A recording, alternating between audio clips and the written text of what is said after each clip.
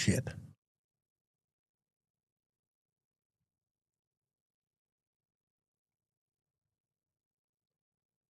It just might help if I select and turn on the camera. Yes. Welcome, everybody, to our Vikings First and SKOL. I wanted to say 2-0 bloggers, but no, it's Vikings First and SKOL, and we are live right now. I'm going to wait on everybody else, but how's everybody doing? Are your draft dreams going to come true tonight? We'll find out. It's definitely going to be an interesting evening. I want to say hello to everybody that's in the chat already. We got the Docs in the house. Tim Lyons is also here with us because Tim's channel isn't doing anything. Hey, Tim, good to see you. DM me, by the way, please. And we have Raymond in the house and Daniel as well, as Chuck is here. So let's nail this thing. Yes. Now, if we can get Tyler to log in, and if I can send out the link, well, it might help if I send out the link to him. He might need that.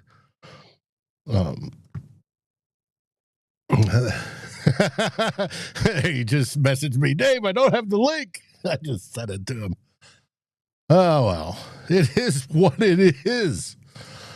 It's been that sort of day. It's been busy, as you all know. Put out 2 podcasts this morning, 3 today total. So it is a good day. And we are getting ready to rock and roll, as well as everybody in Pittsburgh. What are you all thinking of the stage setup? Do you like it? I don't think it's too bad. It's hitting on the bridge theme of the 3 rivers and their famous bridges. But Jonas is in the chat. He'll be joining us shortly as well. Jonas is our German from Germany correspondent. Very smart football-wise. And there he is. It's Tyler joining us. Now, do you think we have anything set up? There's one. That's not the one I wanted. Oh, it is the one I wanted. There's Jonas. Hey, gentlemen. Dave, you started without me and you didn't send me a link. I know. It's all my fault. Well, it's time to hit the roll-in. Let's do that.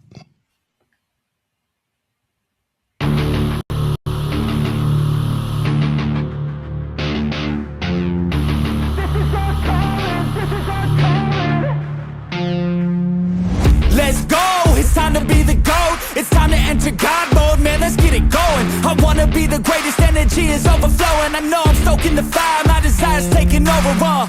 Not tired, I'm inspired, rewired. I know just what is required. My brain knows how to decipher the messages, looking brighter. Already paid up the pipe, but my game is getting much tighter. I feel my body on fire. Hey, there we have Jonas. I gotta switch screens. Haha. There we go. Tyler's in the middle. Jonas is on the left. Your viewers left. How are you guys today? I'm ready to go to bed, but not until we do 4 hours of streaming. Look, this when you do this process is a long one. It is strenuous. It is quite frankly tedious and annoying, but oh my goodness, is it worth it? We're finally here, and I am so excited. I have no idea what the Vikings are going to do. I don't think any of us know what the Vikings are going to do. Consensus believes it's going to be a safety once again. Who knows? But we're here for the ride, and whatever ends up happening, we're going to try our best to identify pros, cons, and how to project out the future for your Minnesota Vikings. It's quite frankly a very interesting one because we just genuinely don't know how they're going to approach it. Interim general manager. And this group needs depth at about every single position.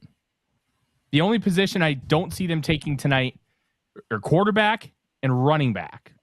because quarterback, there's nobody worth it outside of Fernando Mendoza, and running back, I don't think they're going to have a chance to get Jeremiah Love, and Jadarian Price won't be worth it either. It's Dave. This is just exciting. What do you think, Jonas? You stayed up to the wee hours. Yeah, I actually planned. I originally planned to go to bed for a couple of hours, but I returned from practice late, so didn't really have time. Had to make some food, so yeah, no sleep for me for now. But I think it's worth it, and I'm with Tyler here. At least in that case,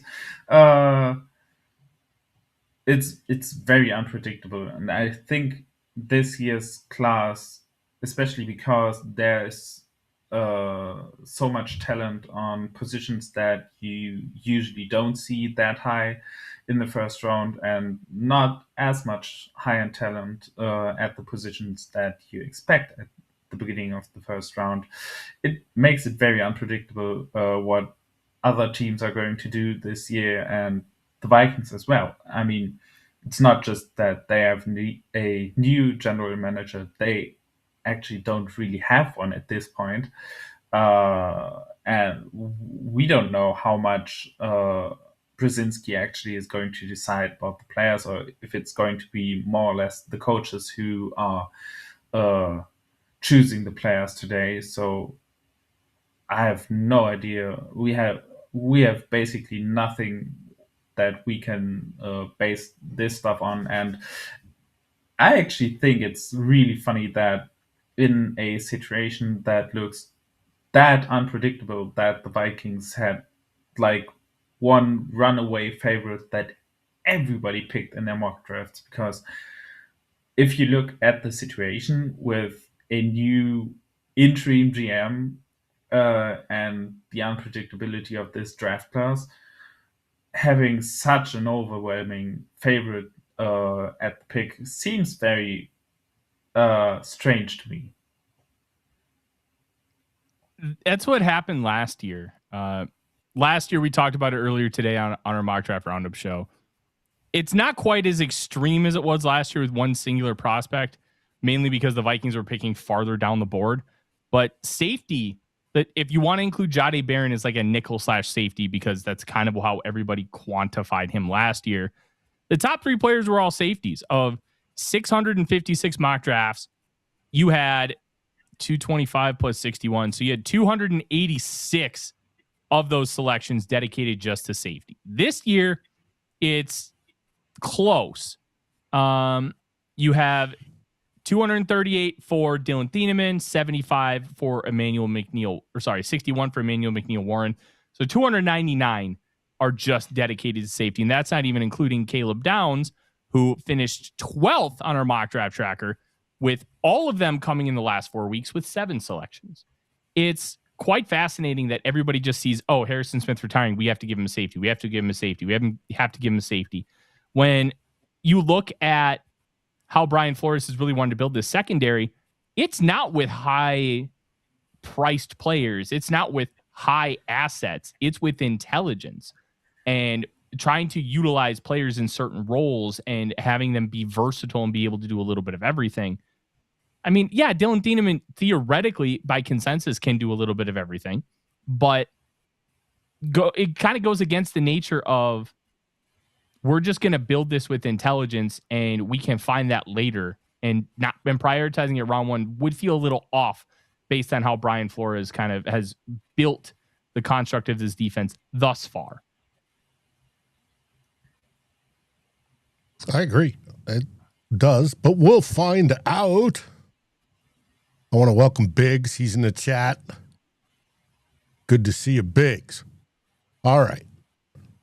I wish they would get this thing started. Yeah, I hate that they go to different towns. Just put it in Radio City Music Hall. I mean, I understand it makes a lot of money and all that stuff, but there is something special about Radio City Music Hall and the fact that it was there every year and there was like a pageantry and I'm not a traditional booing, but man, it was great. Goodell. I didn't hear it this time because I got the sound muted. Hopefully he did. But now they're bringing out Pittsburgh Hall of Famers and stars to cheer up the crowd.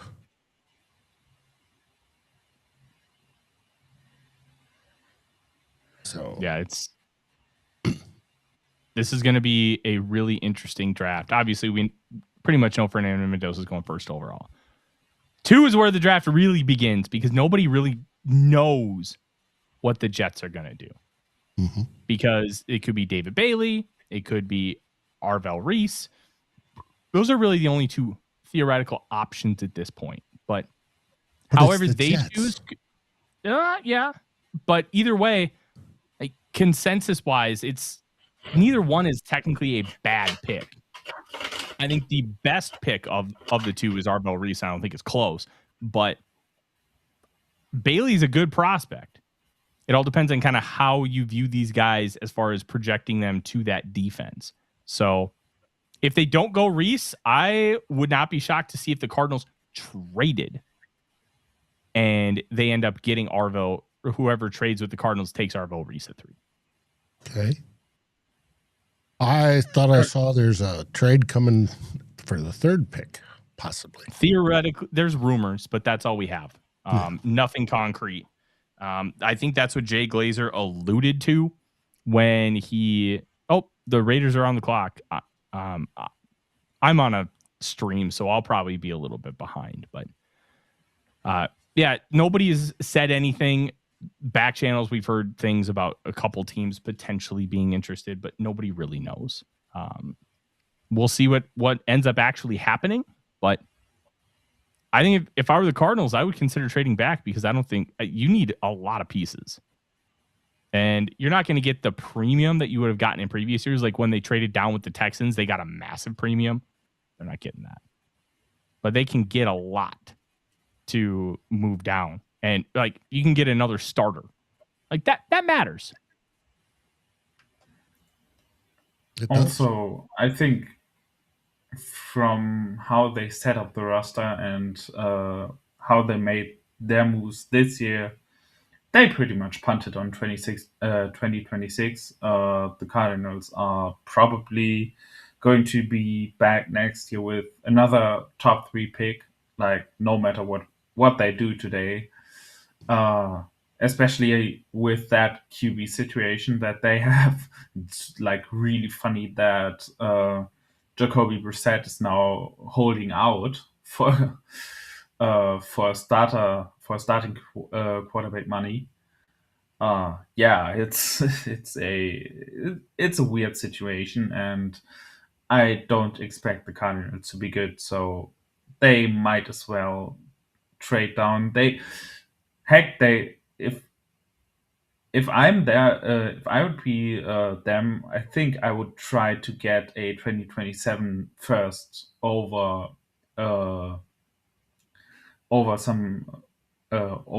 draft capital this year, because I think that would be way more valuable to them, especially if they pick a QB next year, which they probably will.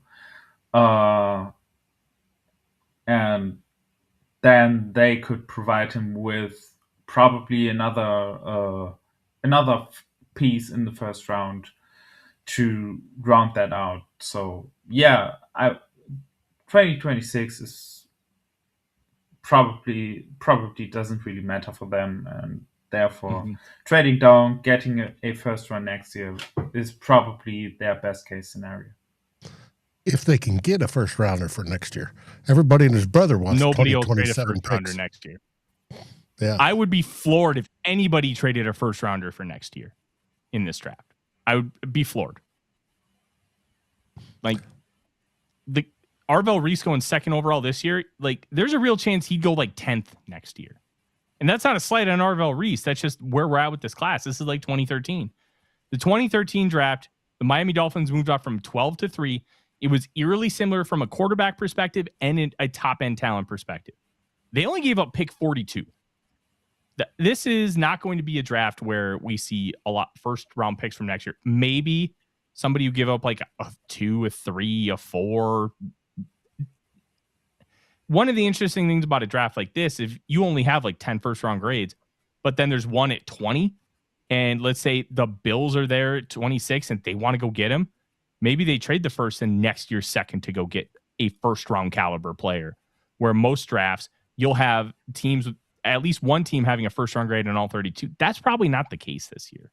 So very interested to see where guys go, how some of these trades work, because they'll be devalued. And that's one of the tough parts about like the Jimmy Johnson trade chart is there is no fluctuation based on what the talent class is. If it's a really good talent class or really bad talent class, that should impact how much or little you're going to give up.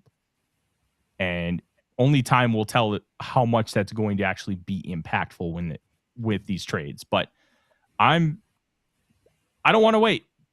And the pick for Mendoza is already in, so the Jets, they're on the clock.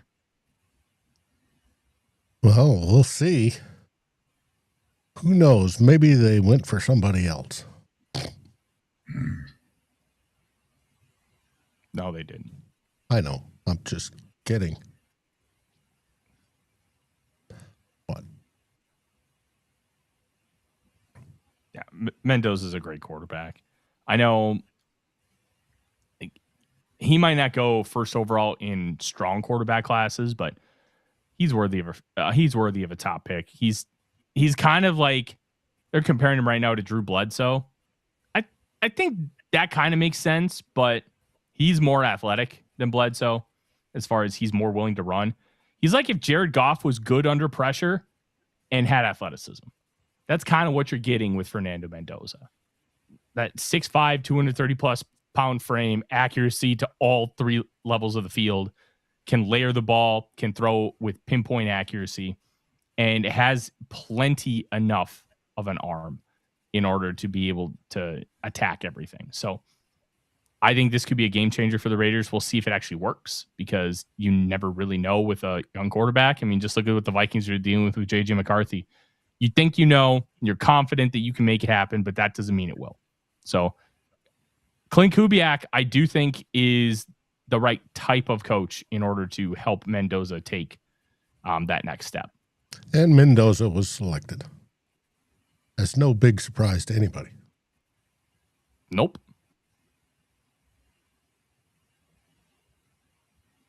And he is not in New York. He's with family at his home.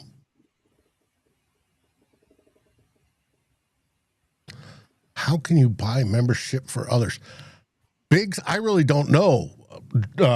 Ruby would be the one to ask on that one. I know it can be done. And it's we love it when you do. Do you know, Tyler? No, I don't. Let's see. If you go to... It's got to be on the webpage.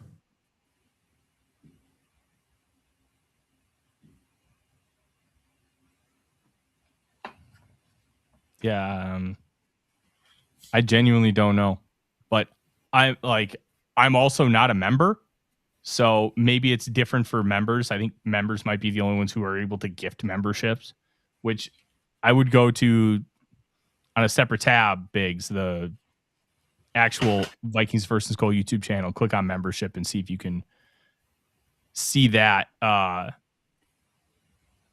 I don't know. Daniel says it's under membership gifting. Yeah, so I can't see that on the Vikings First and SKOL YouTube channel, but I mean, we're not a member of our own channel. So, yeah, Mendoza won. We're not going to tip picks per se.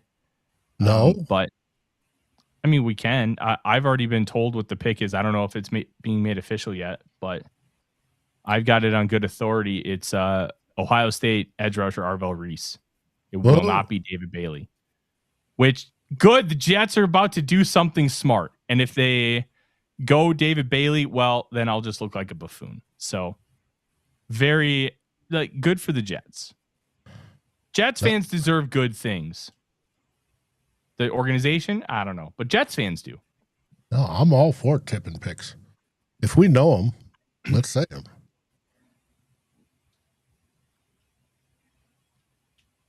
All right. We got great fans. Daniel helping Biggs along. That's cool. Yes, we do.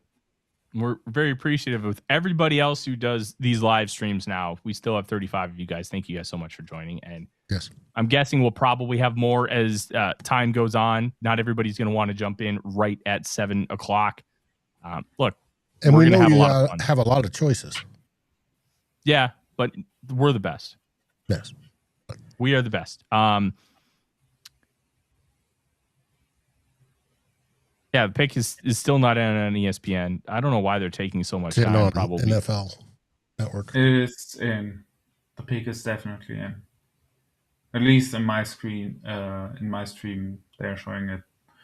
It's not official who is it yet, but the pick is in. I've got NFL Network on mine. Oh, yep. I'm being told by somebody else it's David Bailey at 2. So Arvo, so much for your tipping. This is why I didn't want to tip. It is David Bailey. At the end of the day, Bailey's a good player, but I don't think he's worth the second overall pick. I think he's an average-ish first-round edge rusher. I think I had him at 14th overall on my big board. I don't think he's super bendy for being a speed rusher. And once you get to the NFL and play NFL caliber tackles, I think that's going to matter. And you can only run around so many of these guys where the best guys can run and then bend the arc. That's why Von Miller had a Hall of Fame career. Like, I don't love the fact that he's not super bendy. Bailey going to is fascinating. It's the Jets. That's what they do. Well, my mock draft's already destroyed, so. Well, I think there's going to be a lot of them after pick 1. It only took until pick 2. I think this is like one of the first. It's the first year since 2016 where I didn't do a mock draft before the draft. Didn't really have time for that. Well, see, I wish Drewster always has a pick the first round. Mm-hmm. And you get points from that. And I didn't have time to pick the first round. I did. Yeah. I'm already kaput at pick 2. Hell yeah. I don't even care if I lose the mock draft contest or whatever. They're just extra fun. Like, yeah. The joy of the draft is the fact that it's the draft and it's so unpredictable. But I'm keeping my eye on the 3 spot. Been rumors all day about a potential trade at 3. Jay Glazer did the one thing I hate. Oh, I know something's coming, but I can't tell you. I hate that whataboutism crap. But if it comes, let's see how fun it is. I wouldn't be shocked to see if it's the Saints trading up. I wouldn't be shocked if it was the Cowboys. I wouldn't be shocked if it was the Chiefs. A lot of teams would want to come up for Arvell Reese. This is, and I'm not making the comp as far as projection or overall talent. This is the Micah Parsons archetype, a player that you can line up everywhere, and theoretically you can develop him into that edge rusher. And you can also line him up off the ball. Against the Vikings this past year, Micah Parsons lined up over center and guard consistently and just whipped ass. Those things all add up and matter. And in this era where positionless football is becoming more and more apparent, having players who can do multiple things is becoming huge. Like Arvell Reese is like, you want a player who can play a style of Micah Parsons, and that's what Arvell Reese theoretically can bring you. And he's already a great off-ball linebacker, so if he never develops as an edge, you still have a really good player. Like, Bailey's good, but he does not have the upside of Arvell Reese. Well, Jets hope he does.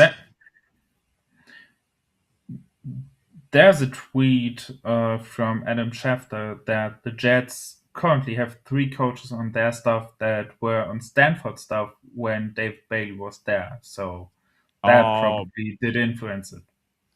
That's a really good point. I didn't even think about Frank Reich. Good intel.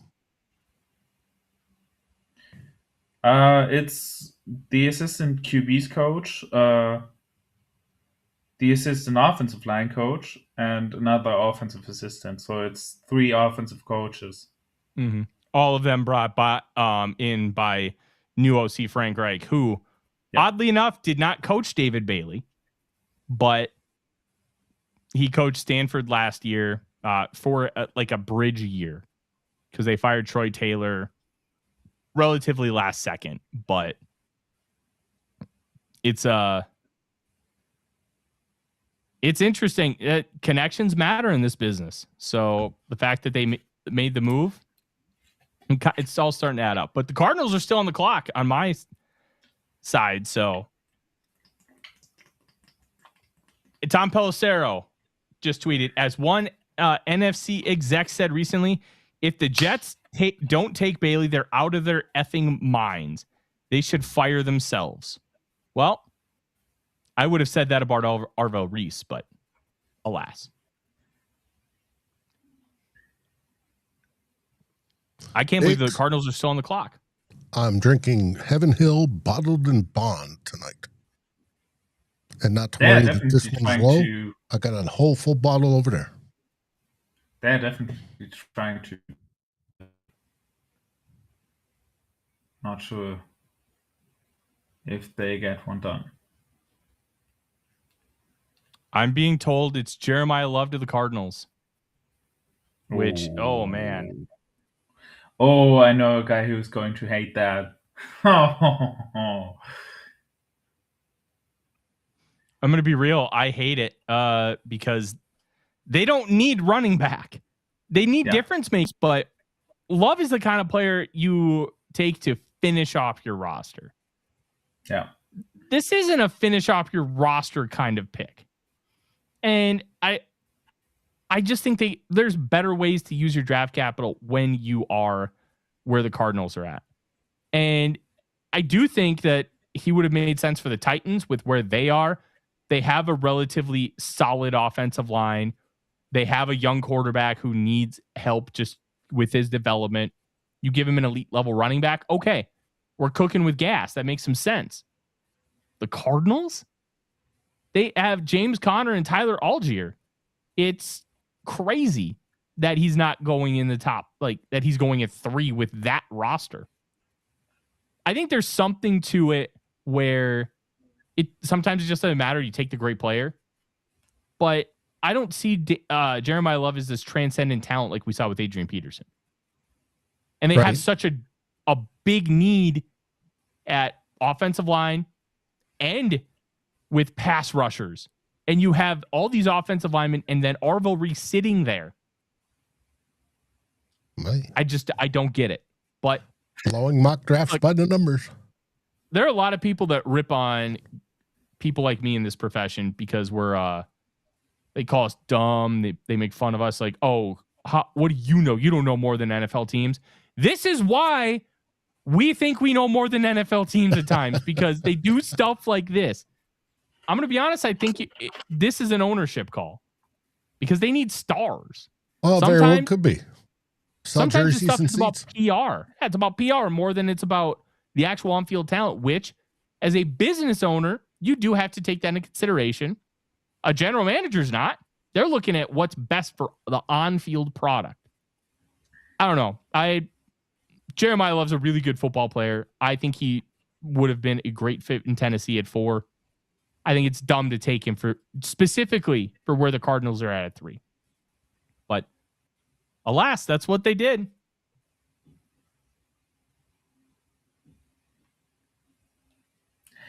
Yeah, like I said, I know a guy who's going to hate that pick. Probably one of the more well-known German American football analysts is a Cardinals fan, and boy, he's going to be pissed. 'Cause It is. Welcome to the show, South Dakota Jones. Hey, And hey. I know South Dakota Jones. Haven't talked to him in a while. One of my favorite people in wrestling, South Dakota Jones, by the way. Interesting. When you look at the Cardinals depth chart, I forgot they have Trey Benson. Like that running back room did not need Jeremiah Love at all. Man, this feels like a Michael Bidwell pick, and I feel bad for Monty Austin for it. I really do. Okay. Why am I not seeing tip picks on Twitter for some reason? Probably because NFL Network is now owned by ESPN, and they have Rappaport and Pelissero under contract now. I don't think they don't want any of these insiders tipping picks. Draft Diamonds bad. still does it. Yeah, it's like, bad for their television product. I follow the guy like 3 days a year, which are the 3 draft days, and he still does it. He tipped the first 3, so still works. Who's this? Draft Diamonds. He gains like, I don't know how many thousand followers every year before the draft, and then right after the draft, people leave his profile again. I do too. I never follow him for more than 3 days. He says Tennessee's on the clock. Yeah. This has got to be Arvell Reese. Has to be. They need edge rushers. Robert Saleh really prioritizes a 4-down front and highlighting speed on the outside. When he was in San Francisco, obviously they had Nick Bosa, but they would find like a fast guy to work opposite him. In New York with the Jets, you're talking about drafting Will McDonald, who was 245 pounds. Like, that's the kind of guy that he wants. He wants a super fast player on the outside. And look, I think this just fell right into the Titans' laps. Like, good for Robert Saleh. The Titans are picking. Just don't know whom, but they aren't trading the pick. Good. Ooh. I'm going to wait for confirmation, but this might not be Arvell Reese. Oh. It's Ohio State wide receiver Carnell Tate at 4th overall. So now at 5th overall, we're talking about the Giants having a shot at Arvell Reese, Sonny Styles, or Caleb Downs. Wow. This is that, like, with all the other teams, I get that, but with the Giants, they have Abdul Carter, Kayvon Thibodeau, Brian Burns. That edge room is like super full already, and they have so many other needs. So I'm not even sure if they are going to do that. Biggs asks, why is Reese falling? Sometimes it just happens at the top. I don't think it's anything Reese did.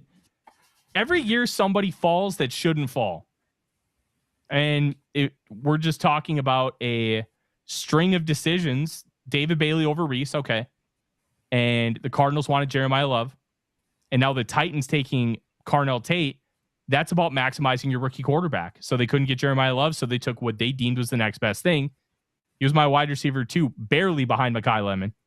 I love Carnell Tate. And he is going to do a lot of good for the Titans and for Cam Ward.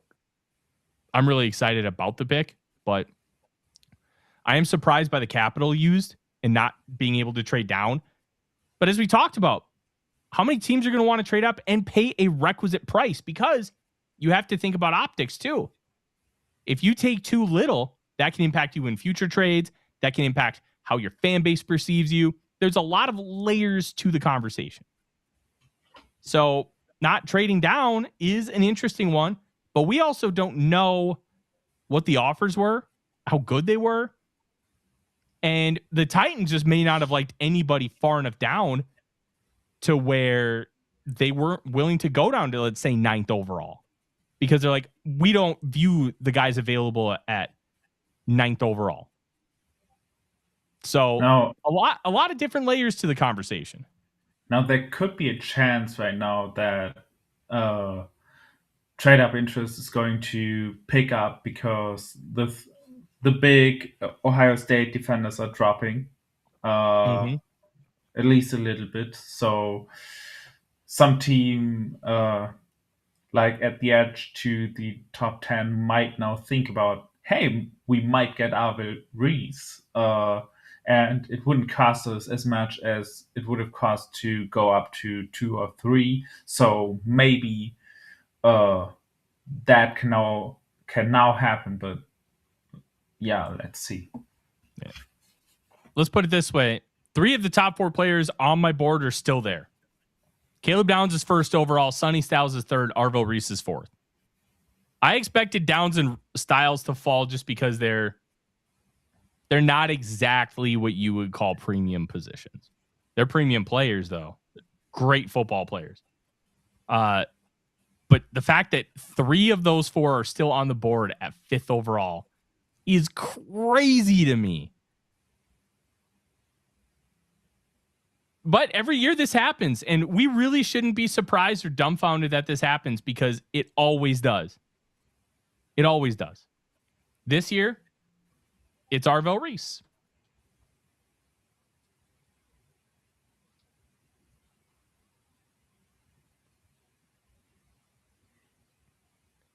But now we got the 5th overall pick, and I gotta think that the Giants are going to take Arvel Reese. Because they did.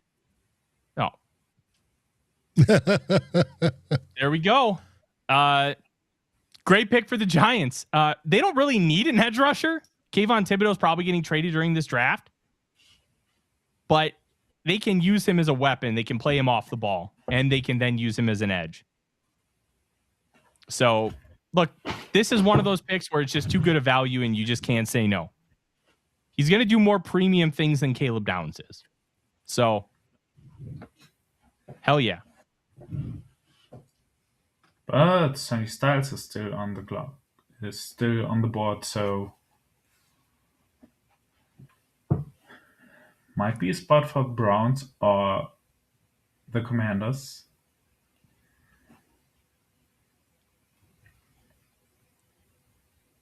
Oh, here we go. Ian Rappaport, Browns and Chiefs have been in deep talks on a trade to send Casey up to 6 and Cleveland back to 9. So we'll see. Obviously, the Chiefs would have loved Arvel Reese, but that's probably not happening. I don't know who the Chiefs would want to take here. That's an interesting one for me. Biggs asked a question. What is the earliest pick the Vikes might want to trade up? Hopefully not. Chiefs are officially on the clock, by the way. Earliest? Yeah. Who falling and how high would they go? How high the Vikings would go? Yeah, to grab I don't know if there's anybody on the board where the Vikings would really want to be aggressive and trade up, unless they love Kenyon Sadiq or maybe Caleb Downs. But we talked about it at the top of the show, how they like safety, how they prioritize that position. It would be hard for me to see the Vikings really prioritizing safety by jumping up that high. So I don't think they'll trade up at all unless it's for a guy like Sadiq or maybe a falling wide receiver. I wouldn't be shocked if the Chiefs took Jordan Tyson here. So if Tyson doesn't go top 10, that could be an interesting one. I would trade up for Sonny Styles. Screw positional versatility. I think he can maximize a Brian Flores defense in ways nobody else in this class can. He can play coverage as a former safety. He's a great blitzer. He stacks and sheds. 0 missed tackles in his first 13 games this year. He's the whole package. According to Johnny Venerable, I think I pronounced that right. He's a Cardinals insider. They tried to trade the third pick, and they didn't get anything close to what they perceived was worth the value, so they just took Love. The Chiefs traded 9, 74, and 141 up to 6. And apparently this is for Mansour Delane, the cornerback from LSU, who I was told that the Vikings had some conversations about maybe trading up for. That probably won't happen. Delane goes. This is the type of corner where you play a heavy man coverage system like Steve Spagnuolo. This is the kind of corner you want to get. A guy who's sticky, who can flip his hips and stay in phase. And if you want to see how good a man coverage corner can be, go watch his game against Clemson from week 1 this year. 1 catch allowed on 8 targets, and it was for like 10 yards. Just a dominant force throughout the entirety of the game.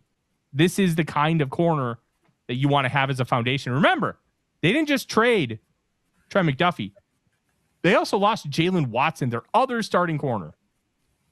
Biggs, thank you so much. We'll make sure that Dave uses it on his bourbon budget. I promise. No, we're gonna be using all of the money to get Dave a new computer, so all my pretty face can look even better for you moving forward. So yeah, because Apple's stopping support of a certain software piece. Oh, we don't need to say that. We're doing it. We're doing it to make me look pretty. Oh, well, that too. Hey. Damn. I'm kind of surprised because we thought that this would be a draft where trading up was kind of cheap. But the Chiefs overpaid pretty heavily. They I mean, on the Jimmy Johnson chart, it's pretty even. It's like 2 points difference. But it's a late 4th on the Rich Hill. It's an early 3rd on the Stewart, a late 2nd that they, as a value difference on the over the cap chart, an early 3rd on the PFF chart, and Ben Baldwin, I don't. It's a first round pick on Ben Baldwin's chart. So the Browns look like the clear winner on that one. So yeah, maybe it's not as devalued as we thought. Mm-hmm. All right. I'm gonna send the graphic of everything Jonas just read to Dave, and we can throw it up on the screen. There's a guy named Joseph Hefner who has a Shiny app where you can actually piece together the trade and kind of look at it from all the trade charts and compare and contrast. And I think that factor is really cool. Yep, that's exactly it. And Dave's got a graphic in his text, and we'll throw it up here. It's a really nice way to frame it. It's interesting because one of the interesting parts about like that first Kwesi Opamensa trade is the traditional charts hate it, the Johnson and the Rich Hill, but all of the player value charts really liked that trade down with the Jameson Williams Lewis Cine swap essentially. So like a mid 4 on the Rich Hill, I think is fine to go get the guy that if you think that guy is like so much better than everybody else, I think it's okay. Yeah, I'm gonna say about that, like people have way too big expectations, mainly due to what mock draft simulators are letting them do usually. 437 trade downs to get every pick in the 7th. Yes. Yeah, and one thing I always like, and I've been doing it for 9 years now. There's a group in Germany with a lot of draft enthusiasts, and uh, everybody of them picks a team. So we are doing a mock draft where every team actually does have a GM, and I did it for the Vikings this year. And the good thing about that is you actually have human beings where with whom you have to negotiate your trades. So uh, they it's not just an AI that's picking some stuff and offering some trades that might work out on some value charts, and that I think makes it way more realistic. And we are doing it once every year. It's a 7 round mock draft that happens every year, and it's a very fun exercise, and it just puts so much into perspective because you just can't do all the stuff that you can do on mock draft simulators. And a lot of times you're sitting on the board and you're like, I would like to trade down because there are like 3 or 4 guys that I really like, and I think at least one of them will be there. But you just don't have offers that maybe you don't have offers at all, or you don't really have offers that you like, and that just makes it way more realistic than mock draft machine where you can just trade down every time you want and can basically get a good offer for pretty much every pick that you have there. I agree.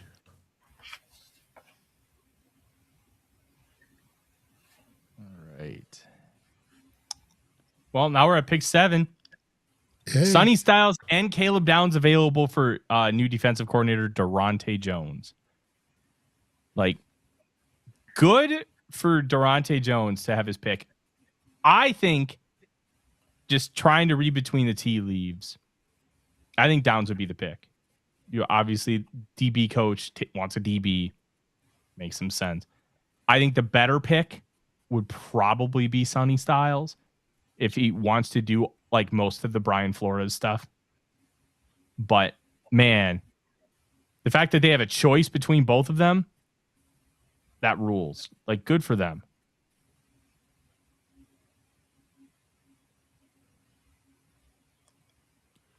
All right. We have Biggs thinks Delane being the choice of the Chiefs was a good one for the Chiefs.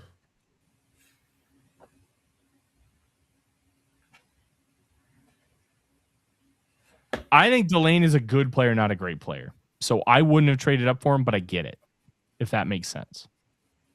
Yeah, but this draft is full of good players, but not great players. No, even in this class. Okay, the Commanders have selected Sonny Styles. Good. Good for them. That would have been the pick for me too. So Good for Caleb them. Downs still on the board.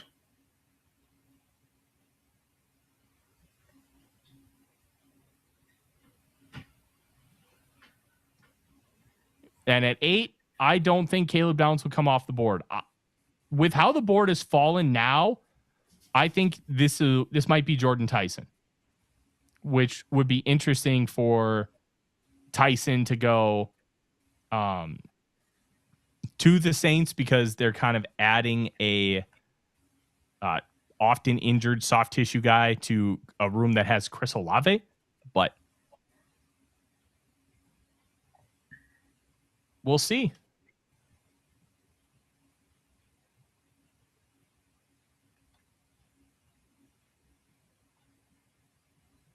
Why is you got Mekhi Lemon as your highest rated wide receiver?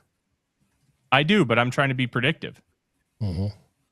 I think they would take Tyson, and Tyson is higher on the consensus board. So I wouldn't take a wide receiver here if I was the Saints. I would just I don't know what I would do. Well, I know Edge they rusher- wanted the running back. That I had David Bailey going to them at 8. They need edge help bad. But now they're just announcing the Chiefs pick on my stream, which is probably like 30 to 60 seconds behind. My wife had a good joke, Dave. Could buy me airport snacks. Airport what? Airport snacks. Okay. Oh, it's kind of an inside joke. My wife always likes airport snacks. I thought it'd be funnier. I'm sorry. Oh, that was like buy me a coffee or buy me a beer app. Yeah, she likes having like snacks. Like, like you can get like bags of snacks at like the newsstands or whatever. She likes that kind of stuff. Versus a bag of 3 peanuts. You can't even get peanuts anymore on the airplane. Yeah. Dang allergies, man. So I'm trying to figure out who the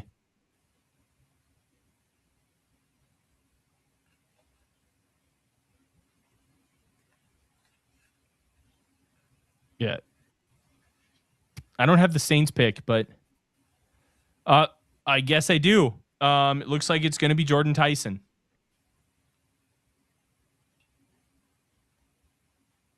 Okay.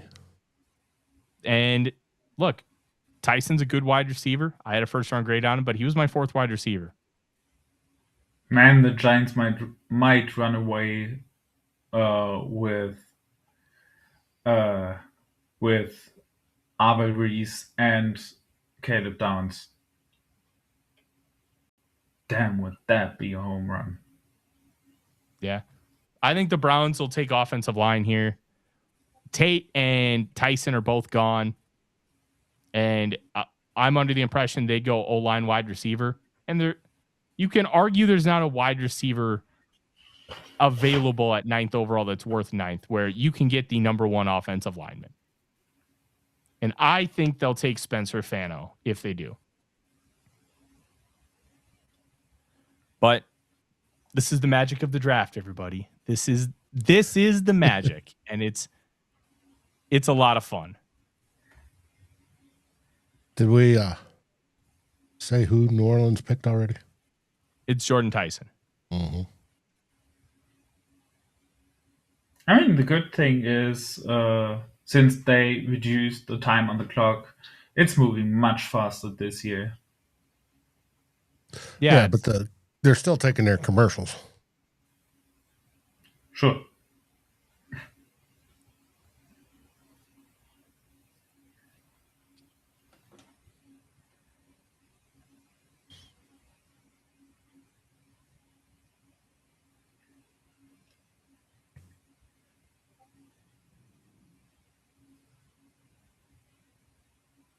Biggs asks, where's Rob E? That's a good question. He's usually in the chat. Yeah, there's a bunch of people watching the Locked On Vikings stream. There's a bunch of people watching Purple Daily, obviously. There's Raps got a stream. One Bar and Lupkus has a stream. Yeah. I mean, we historically we've always done the worst in round 1 because everybody's got a stream. So There's K-Fans got one. Which, I mean, is fine. They can have their streams. We'll be here when they're all gone on day 2 and 3. I had pop on Facebook. 6 years ago, we were doing a live draft stream. Me, Ted, and Drew. It just 6 years ago today. Good thing this year is that my season, at least for me as a player, is going to start next week, not this week. The last few years, it often happened that the draft weekend collided with my first game of the season. Last year, obviously, it didn't happen because of my injury. But this year we're going to start next week. So that makes it very easy for me to hop on this on all 3 draft days. That Cool. was definitely happy when I saw our schedule.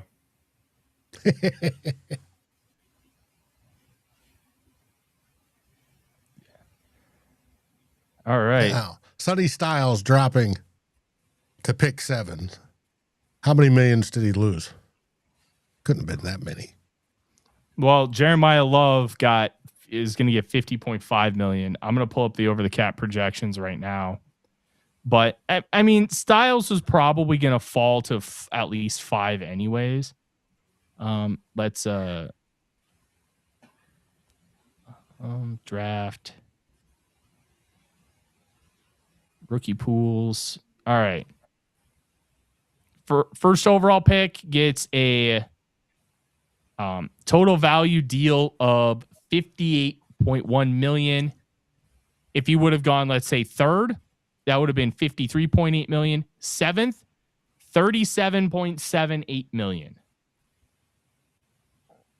I mean, it's still a lot of money, but there is a quite a bit of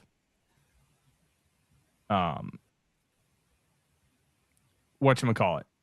There's still quite a bit of gap between those. I mean, $21 million to go from first to 7th. In contrast, the Vikings first round pick will get a total value of $21.57 million with a $12.1 million signing bonus. If we pick at 18. We just talked about there was a Schefter tweet 5 minutes ago where he said, despite drafting Al Reese, the Giants tend to get defensive end. So I would be easily. Your internet's dying, Jonas. He's driving up. He said that they're not going to trade Kayvon Thibodeau despite drafting Arvell Reese, which Thibodeau's kind of been on the block. He's on his 5th-year option this year, which is about $14 million. But I wonder if they're looking at more of an off-ball role initially for Reese while they develop him as a pass rusher. So, very interesting. I was watching a clip of one of the rookie symposiums or whatever, and they were going over, guys, you got to learn to manage your money. And they were breaking it down, saying, you get a contract that's this big, guaranteed at least 50% of it's gone in taxes. Federal and multitude of states. Because in each state. The jock tax.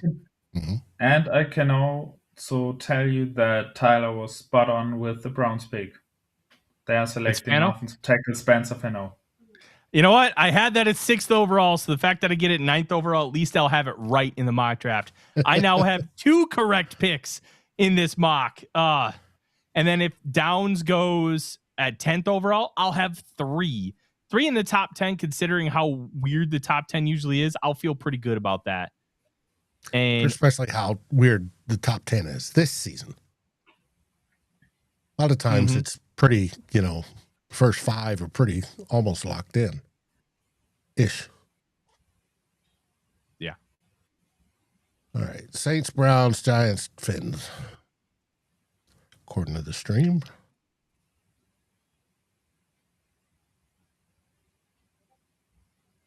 And then go to commercial. Let's talk about how this. Go ahead. The Giants now actually have the chance to take Caleb Downs, so they might actually pull that one off. Man, that'd be hilarious. Yeah. Good question. Let's talk about how this board falls for the Vikings, because that's why everybody's here. It's about the Vikings. Yeah, the other stuff is awesome and it all impacts us, but overall, in my top 10 right now, available, you have Mekhi Lemon at 6th overall, Ruben Bain at 7, Francis Mauigoa at 8, Vega Ioane at 9, Monroe Freeling at 10. My 11th to 12th players were Carnell Tate and Spencer Fano, and they're off the board. David Bailey at 14. So it actually sets up relatively well, especially with only one offensive lineman gone. If there is a specific one a team wants, they may be more apt to go get that guy. Plus, if Ioane's still on the board for like when the Ravens pick, we might be able to sneak Kenyon Sadiq past. The Cowboys at 12 are going to be interesting because, to my understanding, they wanted one of like Styles, Downs, or who is the other one? Jordan Tyson was actually an option as well. But it looks like all those guys are going to be gone. So what do they do at 12? Are they a trade down candidate? I don't think they'd take Ruben Bain, even though I predicted it. I want the arm length concerns. They're going to be real for some teams, whether fair or not. They could be a Dylan Thieneman team because of the fit. The Cowboys, to me, are fascinating to watch. I wonder if the Dolphins are going to take an offensive lineman. This draft, I just love the draft. It's so much fun. It's so chaotic.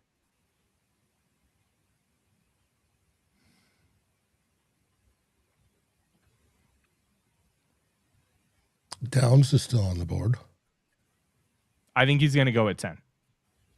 Yeah. The only other player I think they would really target based on everything that I understand is Ioane.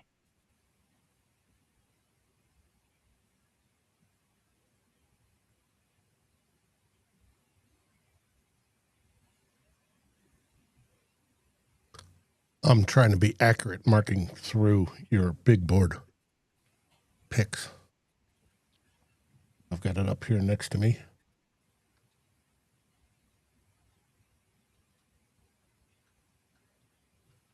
Yeah, it's a really good group of players at this spot, but nobody that's like, and Caleb Downs is my top player in this class, but I kind of figured he would fall because he's a safety. They always fall. We always talk ourselves into it. This guy's good. He's not falling. And they always do. Because of the value of the spot. Yeah. Oh. Who? The Giants selected Miami offensive tackle Francis Mauigoa. I'm not sure how to pronounce that. Yeah, you know what? That's one that also makes sense. A mauling guy in the interior, and they desperately need guards. I would have let him fail at tackle before kicking him inside, but taking him instead of Ioane, I get it. I had Mauigoa going 3rd overall. Would have made more sense than Love.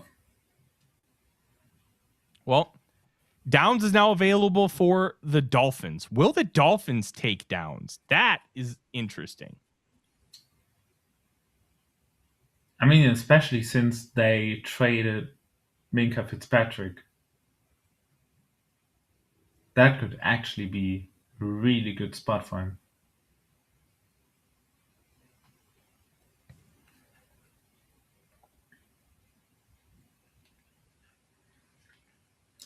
It's funny now that the clock moves faster, that they're right now like 2 picks behind on broadcast.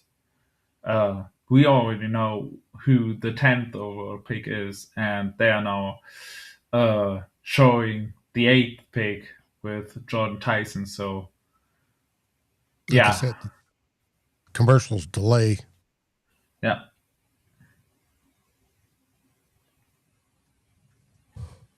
Brian asked, could this be the O-line, start of the O-line run? Possibly. But we now have Caleb Downs and Ruben Bain outside the top 10.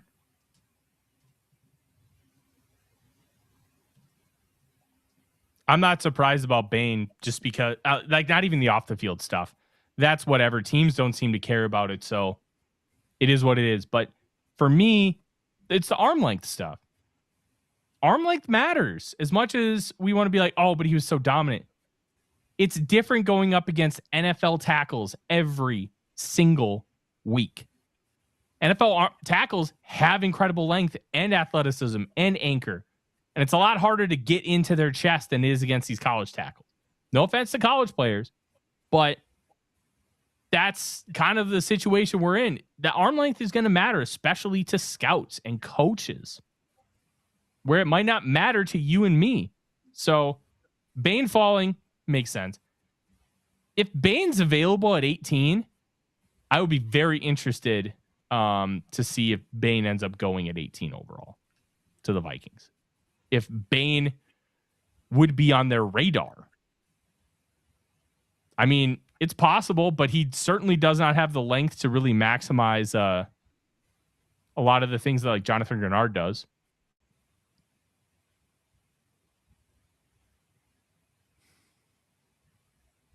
So, Doc, are you talking about Gary?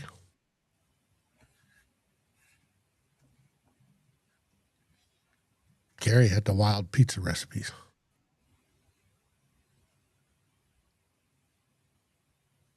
Yeah, it was Gary. Yeah. I haven't seen Gary in the chat in a while. It'd be nice to hear what kind of crazy ass pizza Gary's cooking up tonight. If you're out there, Gary, South Dakota Jones, hope Suit Williams approves this pick. I'm going to message Suit Williams and I'm going to see if he approves because I'm very interested to find out. Suit, Voice of Wrestling. If you love pro wrestling, Suit Williams has a Substack where he writes about pro wrestling, and you're going to want to check that out. He's one of the more brilliant minds in the space. And he's also a big Saints fan, which I don't hold it against him. I don't. But I probably should. Watching Jordan Tyson tear up. Big night for the kid.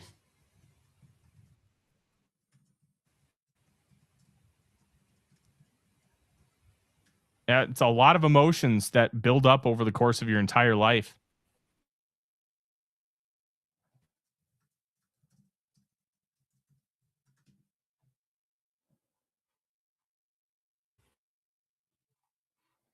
Like everything that you've ever worked for is like, you know, it's coming and you know, it's here and you know, you're going to get picked. But then it happens and you just collapse because it's like, oh my God, it finally happened. Like, it's an incredibly powerful moment. Mm-hmm.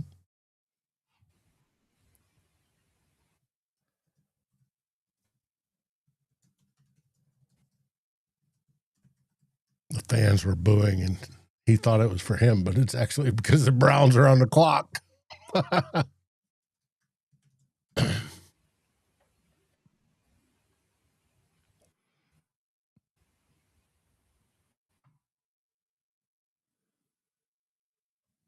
Yeah.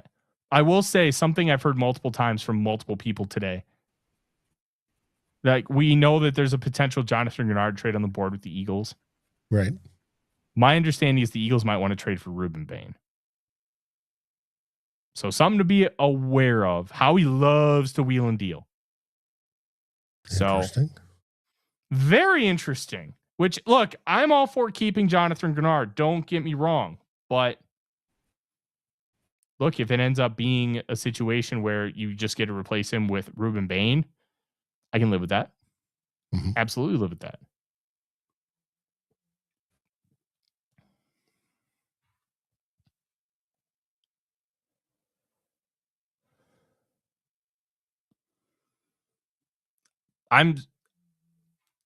Dave, I'm going to send you a screenshot here because I think we should start having the conversation about potentially trading up, because if Caleb Downs is falling like this,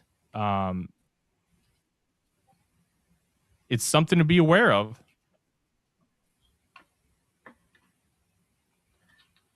Yes, Tim. Now, but will they know what to do with him? The Browns are the Browns. It's the problem. It's like the Jets are the Jets. Cardinals are the Cardinals.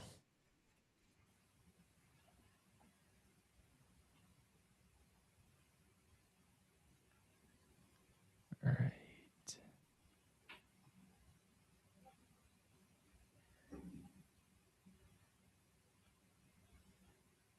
Nope. Come on, Miami, make your pick. Damn. Cowboys are up at 11. Uh-huh. Looks like that's going to be Caleb Downs.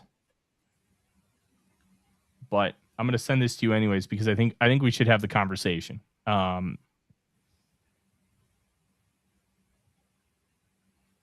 About like what a trade up can look like, because it's something worth talking about, worth having the conversation. I'm also curious what the Giants or the Cowboys ended up giving up. I wonder if they maybe did something like, hey, we'll swap 11 and 12 and then we'll swap 29 and 30. That would be the funniest swap of all time. But I think Downs is a Cowboy. Unfortunately. You make this small enough? Don't worry, I can embiggen it.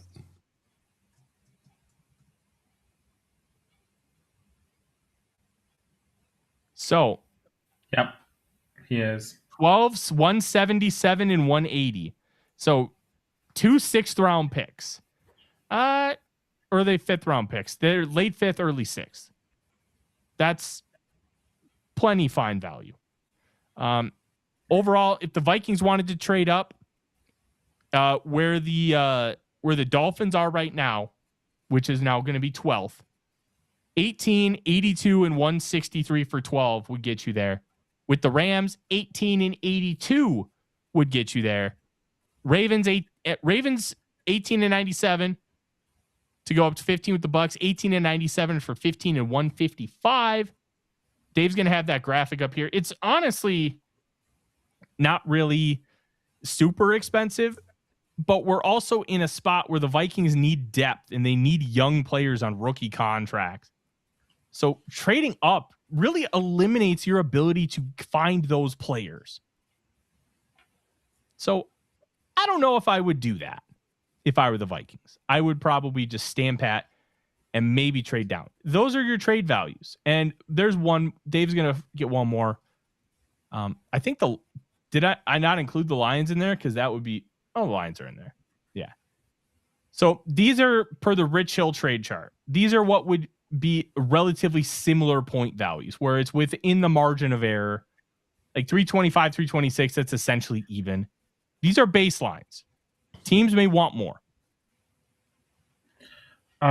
This trade definitely was way more even than the first one. On the trade charts, the Cowboys are actually favored on the Jimmy Johnson trade chart, which, I mean, if you're gonna be the winner on one trade chart on a trade up, it's usually that one.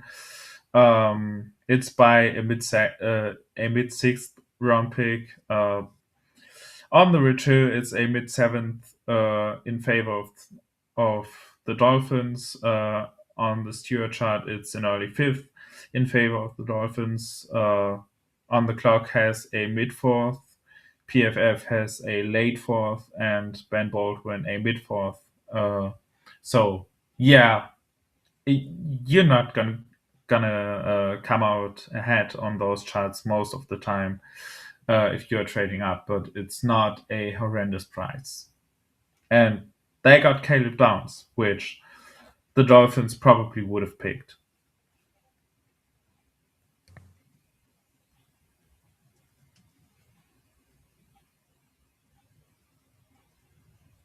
They just showed the Cowboys war room all excited. They wanted one of 3 defensive players, and that third defensive player The only one that was left was Caleb Downs. Like, good for them. I was hoping they wanted Thieneman. Me too. Because I don't. But, hey, there's still teams that could take him. And I hope they do. I really do. I also hope that there's potential trade down on the Cowboys. Well, the Cowboys probably won't take him now because if they're actually taking Downs, which I would be floored if they didn't, then... They did. It's already... Yeah. A trade down, I think his floor is 19 with the Panthers. Yeah. But the Panthers seem dead set on taking wide receiver. And it's this is just fun. I'm stepping out for a minute. I'll be right back. All right. Perfect. So, Be you and Jonas. yeah, we got this. Might actually be fun if Ruben Bain lands in Miami. The Miami guy to the Dolphins. It would be interesting. Not sure how the fit works out with Jeff Hafley, but would definitely be fun. And I think at 12, that's a value you could take.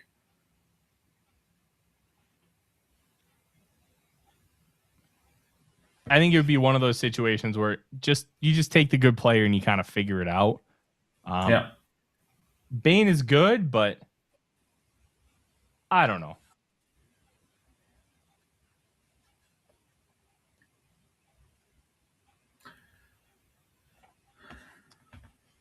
Yeah, 177, 180 to go up one spot.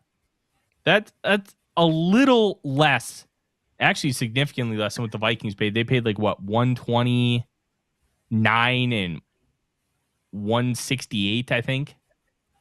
Yeah, but that was QB tax. Yeah. That was obviously QB tax. Everybody and their mother knew that the Vikings wanted to take a QB there, and probably most of them knew which one it was going to be. So that's what happens if everybody knows that you're after a quarterback.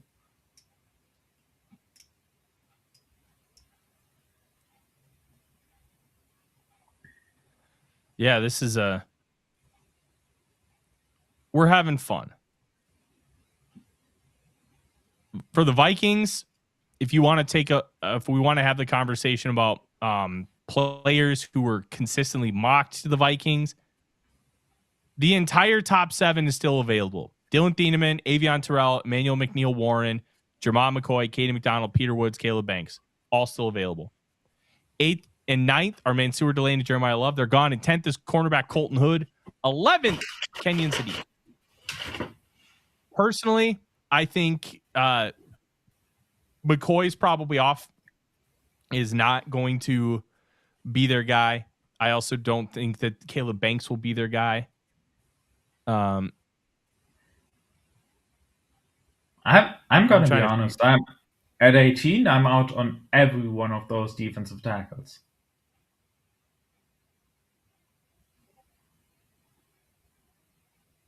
If they trade down, sure, but at 18, I don't like any of them. Oh my God, this is incredible! I don't know who the Dolphins are picking, but the Rams are taking Ty Simpson.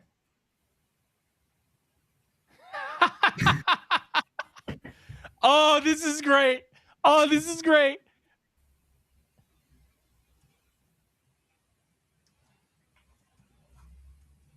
Yeah, there's the Dolphins pick actually hasn't been leaked yet, so that's we don't know the Dolphins pick, but holy shit, we have the Rams taking Ty Simpson at 13. The Dolphins are taking Caden Proctor, the left tackle from Alabama. Ooh. Oh, This is so good. Oh, this is so good.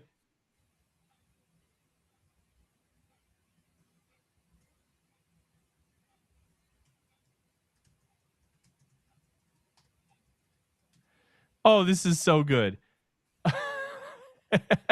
I can't believe the Rams took Ty Simpson. Let's talk about Ty Simpson because it's interesting. The idea is that he's going to be this franchise quarterback. He's basically Mitch Trubisky. Like profile wise, like he can make some of the throws, but he has 14 games as a starter.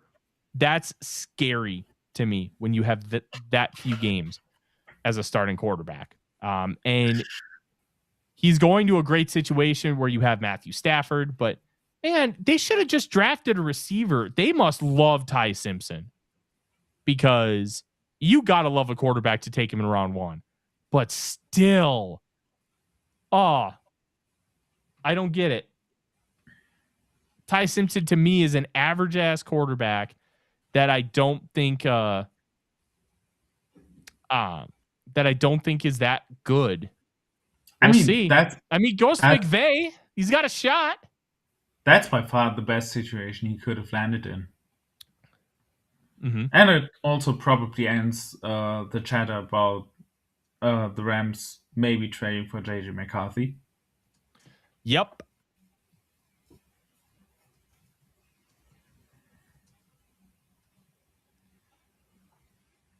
This is fun, man. Oh, I can't believe it.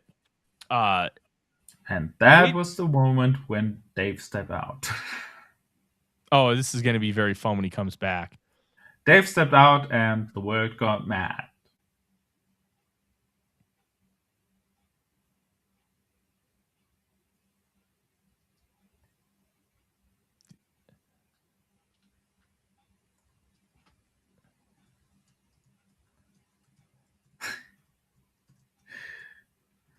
I've just seen a tweet. A team might get crazy and now trade up for Carson Beck. Oh, no. Look, I understand taking Ty Simpson in round 1. I do. I would not do it. I would be out on taking Ty Simpson in round 1. But I understand it. I get it. Carson Beck on day 2 is too high. His arm is shot, Jonas. After that Tommy John surgery he had, it's kaput. He can't drive the football anymore. And I think he's at best a long-term backup. And now we're talking about forcing him in round 1. Oh, this is why analysts think they're smarter than NFL teams, because NFL teams will do things like that. Oh my goodness.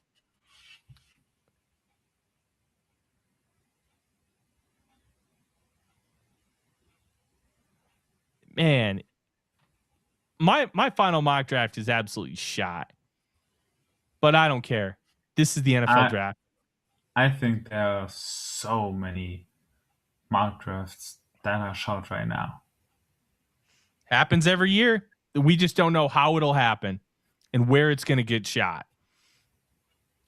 It went pretty quick. I'm fascinated by the fit with Proctor because they're going to do a lot of wide zone stuff. And you're taking Caden Proctor to run wide zone. Feels like, unless you're getting him down to 325, that's not a good path forward. Because he's got really good movement skills for a guy who's 360. But he's still a guy who's 360. Yes. They're showing that screen they to him. Friend of the show. Friend of the show, Kevin Fielder. I hate this fucking team. He's a Dolphins fan. Huh.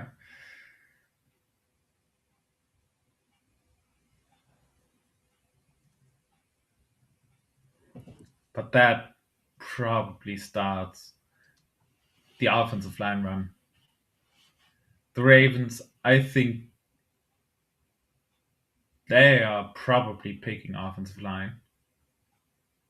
I'm fascinated what the Buccaneers and the Jets will do.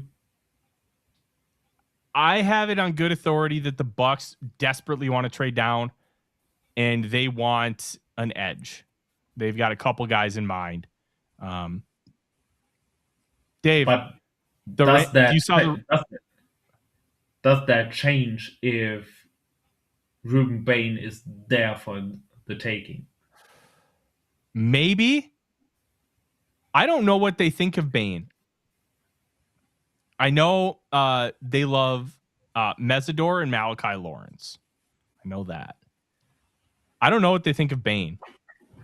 I really don't. Probably because they didn't think he was going to be there. Yeah. The Bain's just such an interesting one because his arm length was 33 inches, just okay. He's a top 5 pick. Top 5 pick. But it's like 30 7/8, which is borderline disqualifiable for a top edge rusher. Like, one thing that's interesting, like kind of about arm length, is how it gets measured. What I would want to do, and somebody kind of showed this to me, but if you put get like a chest plate, like that basically just covers your sternum, and then you reach.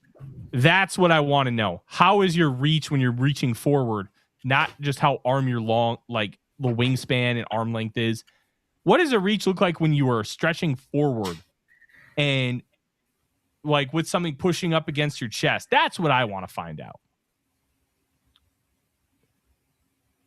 But yeah, that would take a different style of measuring. Yeah, you'd have to get that, like the chest plate and everything. You'd have to figure out how to make it consistent, but it would give you a more accurate representation of what the reach is and how the arm length is applied on the field, because not everybody's arm length is used in the same way. Not everybody's arm length is maximized the same. So, yeah, Bain's a good player, but I don't know where he goes at this point. Tampa's an interesting one. I wonder if the Jets would just double down and say, oh, there's another one? Okay. Hey there, Russell. And by the way, Dave stepped out and the world got crazy. I was watching. I had it on my phone. Ty Simpson. Ty Simpson to the Rams. McVay has a kid that he can go bleh to Kevin O'Connell. Say mine will do better than yours.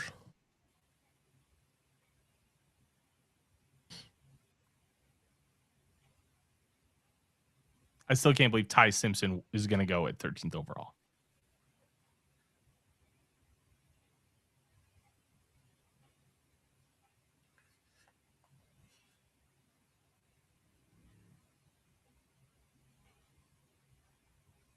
More blown draft boards. Everybody's is kaput at this point. They're just shot. But I think we need to start having the conversation about Ruben Bain. But the Eagles were looking to move up. I'm going to be honest, that could be for Ruben Bain. Probably. So. Yeah, but he's got that 30-inch arms. 30 7/8, I think, is what it is. Let me pull up the A to Z Sports Mock Draft Simulator. They've got that built in. So yeah, it might be that they are trying to get Ruben Bain, and if they strike out, they might revisit the talks with the Vikings. No. It could also be for an offensive tackle. We don't know. Like, I think it's Bain. And I'm fascinated to see what this looks like. Ty Simpson to the Rams. Ty Simpson. That's so funny. I can't get over it. It's so funny.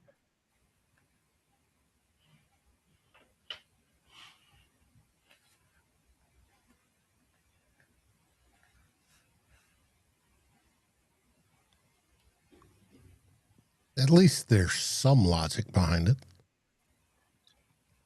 I mean, I get it, but I think Ty Simpson is a very flawed quarterback prospect that I personally wouldn't touch. Now, if McVay believes in him, I'll defer to McVay, I guess, because, like, but damn.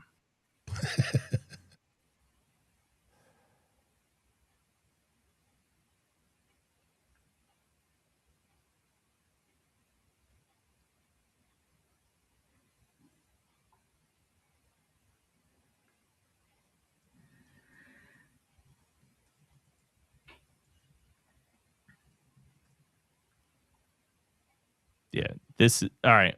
Let's kind of do a quick reset. So we know that the Ravens are going to be on the clock because the Rams are taking Ty Simpson. According to Jay Glazer, they did talk to Matthew Stafford about it. Stafford's basically going to get runway however long he wants to play. He's going to just get to play. And they're talking. The Ravens just picked. Did they take Bain or did they take Lemon or Ioane? Neither. Ioane. They took Ioane? Yeah. Yep. And guess what? That's another win for me. I now have 3 picks correct in my mock draft. 3 of them. At Ioane, the spots? Ioane had a spot. Fano, no. And then Mendoza. Fano, I had at 6. But, I mean, hey, you went to the Browns. Whatever.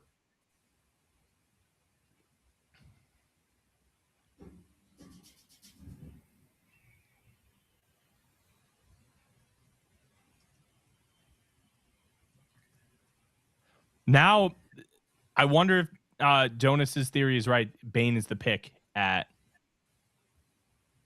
whatchamacallit? 6 at 15 $15. They desperately need edge help. So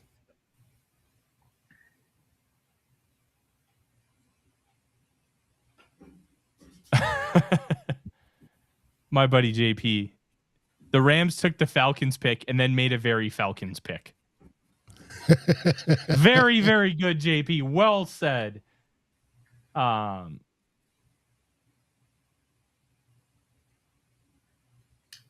think not many people would have criticized that if they did it with their late one, but using 13 for it,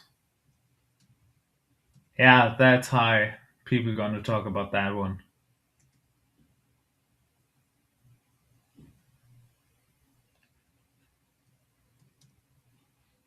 Oh, this is crazy. Oh, my wife just got to the airport. All right. Woohoo. God bless my wife for being able to take a vacation during this weekend. So me doing all this psychotic bullshit does not interrupt her. I'm very happy for that. And I'm happy she gets to go have fun. But we got Ioane going to the Ravens, which is a very Ravens pick. It would have been a more Ravens pick if they would have taken Ruben Bain. But it's they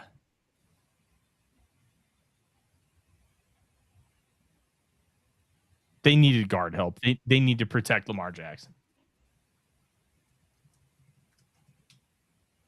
When's his contract up? Who? Lamar Jackson.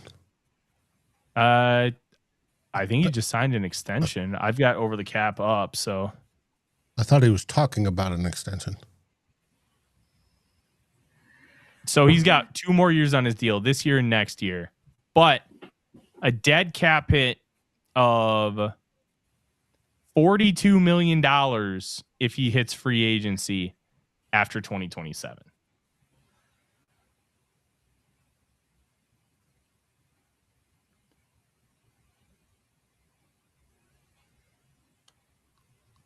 I wonder, I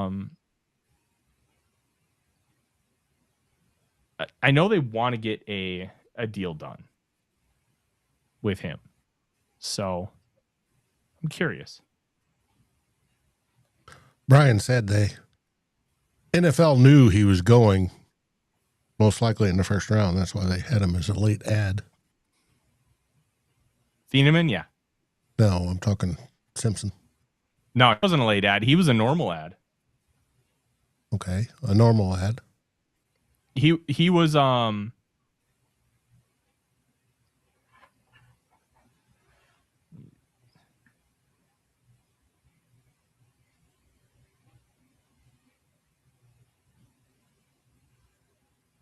yeah. He was one of the 16 initial guys added. Okay. And the Buccaneers just selected Ruben Bain and stopped his fall. So if the Eagles were targeting him, they just struck out.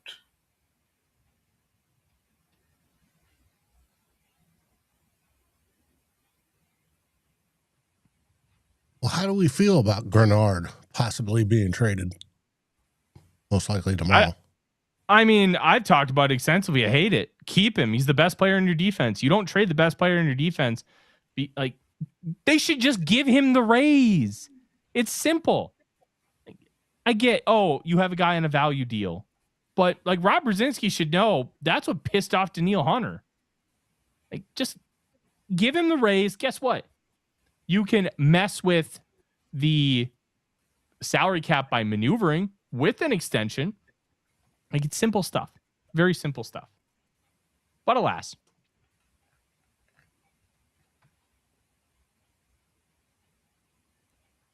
So, quick reset here. Vikings are up in 3 picks. The Jets are on the clock. The Lions, and then the Vikings. Overall, on my big board, the number 6 player, Mekhi Lemon, is still available. Number 10 player, Monroe Freeling. 13th, Casey Conception. 16th, Davion Terrell. 17th, Caleb Banks. 18th, Jermon McCoy. And 19th, Denzel Boston. Those are the only guys left in my top 20. And Ty Simpson, I don't even know if I had him somewhere in my top 100. But it wasn't that high. There is, I think, a chance that the Jets are going to take Mekhi Lemon. Yeah. I've thought this would be Omar Cooper Jr. for a while, but alas. I think Lemon would be a really good fit to pair with what's his name? Garrett Wilson. Now, you had Monroe Freeling as your top offensive tackle. Yeah. He's still on the board. I know. I said at 10th overall, he's still on the board. That's amazing. Yeah.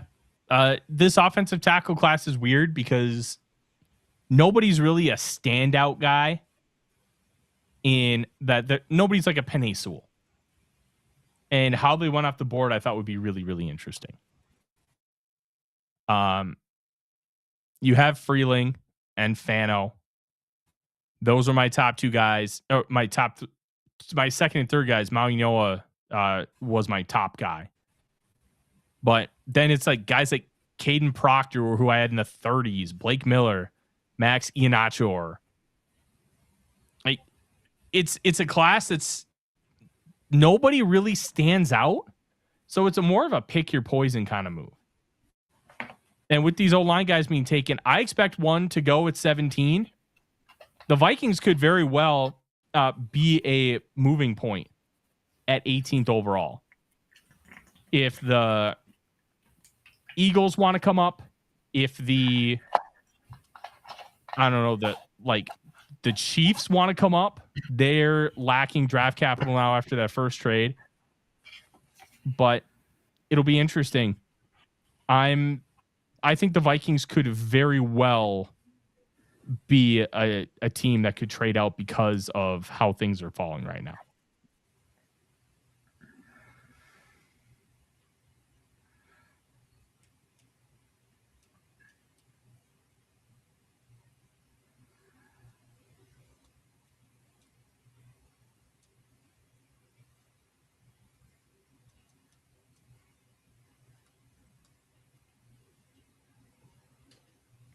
But we got the Jets on the clock, then the Lions, and then our Minnesota Vikings, and it's only 8:35.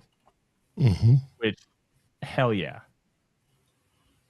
I would say 3:35. Oh, geez, it's 3 a.m. there. Oof, duh. Yep. It started at 2 a.m.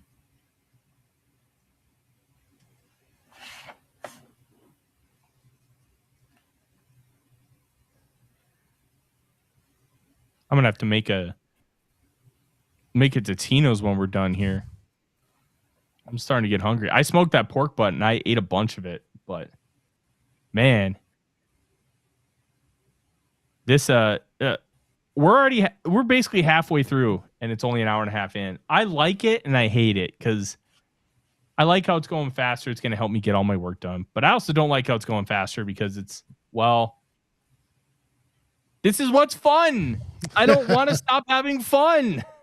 Oh, the Jets have selected Oregon tight end Kenyon Sadiq. Damn it. Oh, Crap. I hate that for me. I really do. Oh, that stinks. Good pick by the Jets. Means that Makai He'll be ruined.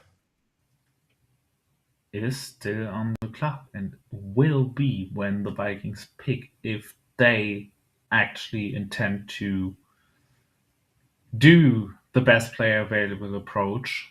He might be the guy.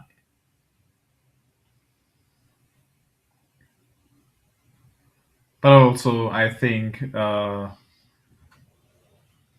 there's no team going to save us from Dylan Thieneman on the board. And in contrast to Tyler, I'm not dreading that. I like him. I don't. I especially don't like him for the Vikings because I just don't see the well-rounded weapon that can line up everywhere and do everything well that everybody else does. I thought he stunk in coverage. I didn't love him playing a deep half. I didn't love him playing man. I think he's too small to really play in the box full time. Like that dude just kept getting bowled over by running backs. Like not just like, hey, a stalemate. He was getting run over. Like that's not somebody I love. Like I don't know. I think he's got to play a Lewisine role, which is fine, but the Vikings don't have that role. Yeah, he comes better to Cam Bynum rather than Harrison Hitman Smith. I don't think he comps to Cam Bynum that much. I think this is the Lewisine package. This is the idea of what you wanted Lewisine to be. Look, if Brian Flores wants him, I'll just defer to him and hope I'm wrong. But yeah, I vehemently don't like him for the Vikings. So I'll just have to deal with it if they take him, but I don't think they will. I really thought Sadiq would be the pick. I do want to point out Alec Lewis hinting that something that you wouldn't expect is going to come. I wonder if they take wide receiver, if it's a Makai Lemon or a Casey Conception or Lemon's going to be there probably. Yeah. My conspiracy theory is they love Denzel Boston and they're trying to hide it, and they're doing so by kind of talking to other ex-receivers. We talked about Denzel comping to Jake Reed. I wish I would have watched like film on Jake Reed. If I can get access, if anybody watching this has a contact that can give me access to old Vikings All 22, I'd be thrilled because I would love to watch. I really want to watch Nate Burleson. Burleson's one of my favorite players. I loved watching Nate Burleson play a lot in real time. Like watching Jake Reed, watching Dante Culpepper. I want to do like a giant, like long form piece on Culpepper, but it's so hard to get all 22 in general, let alone all 22 from 2004. So alas, but yeah, it's a, I don't know what the Vikings will do. They have pretty much every avenue open to them. They only one corner is off the board, but McCoy's got injury issues. You could argue Avion Terrell's got injury issues. You have all the defensive tackles on the board, but Peter Woods has questions. Caden McDonald has no pass rush juice. Caleb Banks has a massive foot injury issue. Wide receiver, I guess. CJ Allen is there. Like, there's things that they can do. I'm really intrigued. It looks like the Lions have picked, and it might be Blake Miller, the right tackle from Clemson, who is like all traits. The film is okay, but the traits are high end. The right tackle only, so it looks like Panay is going to go to the left side if this is the case. Yep. So they took Blake Miller. We're on the clock, folks.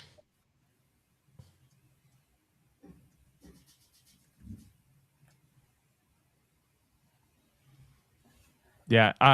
I think the Eagles trading up here makes a lot of sense. I wonder what the trade is going to look like.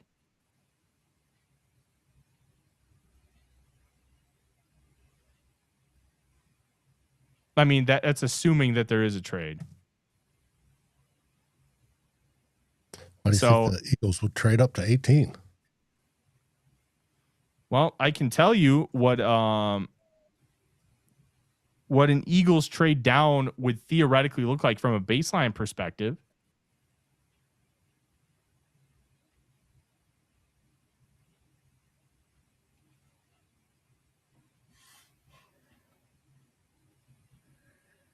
I just got to find the piece. The one part I heard Chris Johnson rumored to the Vikes earlier today. Yeah, I'm going to be honest. I don't buy it. But that's just my own personal belief on the subject. Thomas, I like Chris Johnson a lot. Fast. Okay, so an Eagles trade that would be a baseline equivalent. 23, 98, and 153 would be an equal trade. Okay.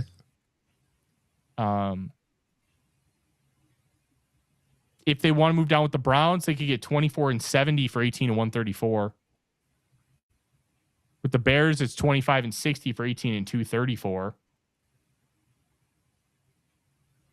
Like, there's a path forward to move down with pretty much everybody.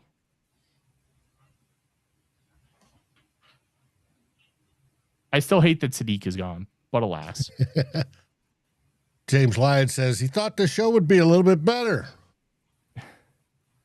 You talking about us, or you talking about the NFL? We'll see. The Vikings are technically on the clock, even though it's the Jets on the screen.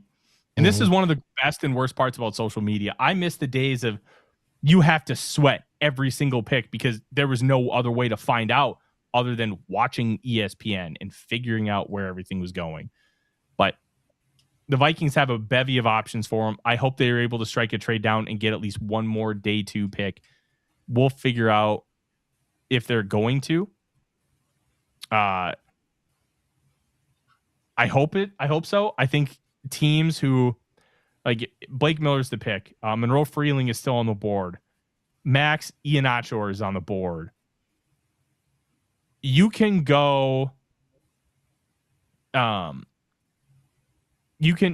Teams need tackles, and they need them bad. So you already have Maui Noah gone, Fano gone, Proctor gone, Miller gone. There's 3 left. There's like 6 teams that need it. So we'll see, but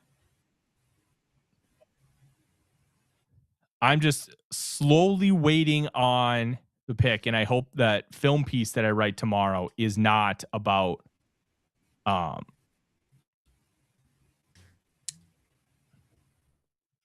about Dylan Thieneman. That's what I'm hoping.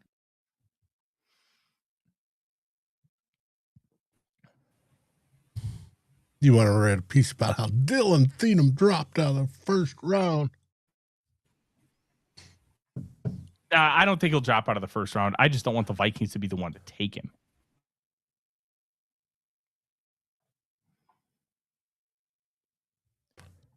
Come on, Minnesota. Interesting. Adam Schefter finds the oddest facts, and obviously they're probably from agents.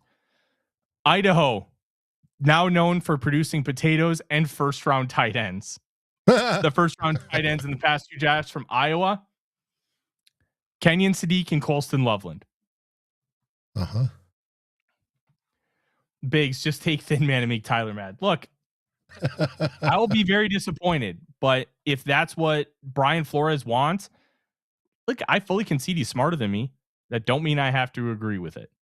I will disagree with it, but I hope I'm proven wrong. I really do. So we'll see. We'll see what ends up happening. The Vikings are on the clock, but I haven't heard anything about what they're doing. Don't be shocked if it's a receiver. I think it was Alex earlier today was talking about, hey, be surprised, like expect the unexpected. Receiver would be a little unexpected.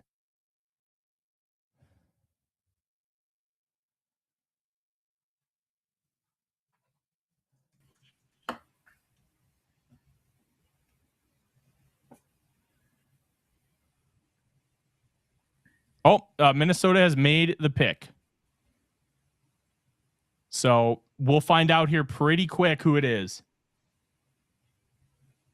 I'm surprised that they didn't get a trade down, but they must have some. Whoa. It's Caleb Banks. Oh, Hell no. yeah. Hell yeah. I love this. All right. So let's break down Caleb Banks because it is a fascinating discussion about what he is, because we're having 2 separate talks. We're having the talk about Caleb Banks being an elite football player who can be a difference maker and game wrecker on the interior.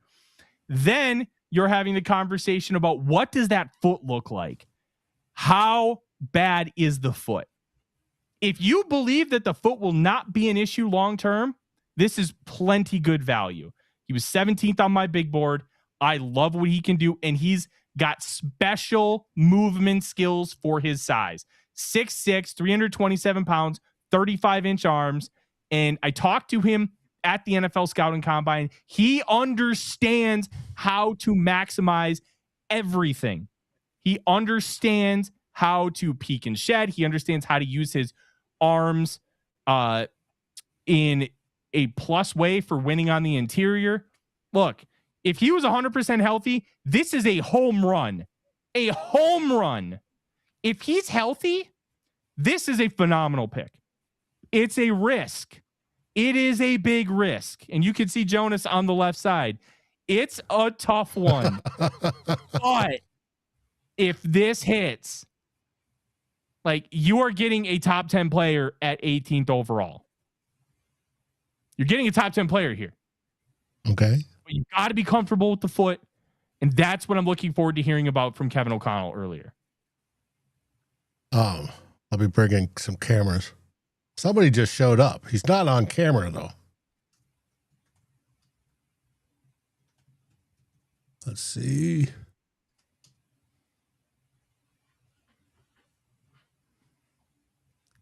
Let's see if he's even got his mic on.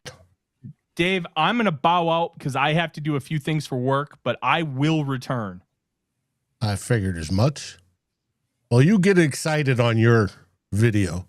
Oh, I can't wait. I can't wait. And then once Darren shows up, please make fun of him for missing tomorrow because he's going to be in Vancouver. He's actually packing now. And what is he doing on here just being in the black? I don't know. Well, I'll be back in a little bit. All right. As Tyler goes off to make his videos for A to Z Sports, we'll talk about the Vikings selection of Caleb Banks. Now, the big deal is his foot. It's supposedly that outer bone. He's broken it 2 or 3 times. He had stress fractures on both of his feet.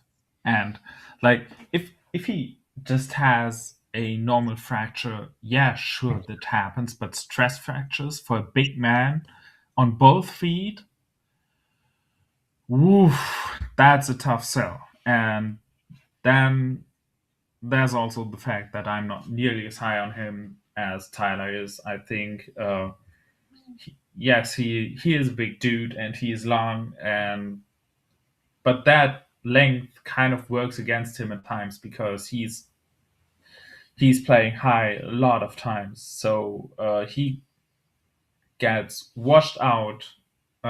He gets washed out of gaps that a 330-pound guy shouldn't get washed out of. And yeah, I'm not a big fan of that one. Right. And I think we lost Darren. He may have butt connected to his computer for some reason. I have no idea where he dropped off to. I was really hoping for Mikhail Lemon. I really hoped they would do that. I said before that I would be out on pretty much any defensive tackle pick in the first round, and yeah, I'm really disappointed right now. I hope I'm wrong. I hope he works out, but damn, that's a bummer for me. Darren's in the green room, but his camera still isn't working.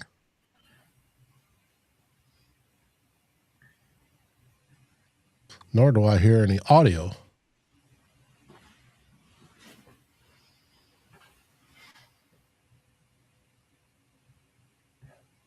I'll try to bring him back in, but let's see. Darren, can you hear us? I can, loud and clear. Okay. You sitting in the dark? I don't know. There was an update in the computer, and maybe that's what's screwing things up. Think that's something over the camera lens? Shouldn't. Maybe I do, though. There we go. That's always the answer. So what do you think, Caleb Banks? That was when we had Drew on the show on Sunday, Dave.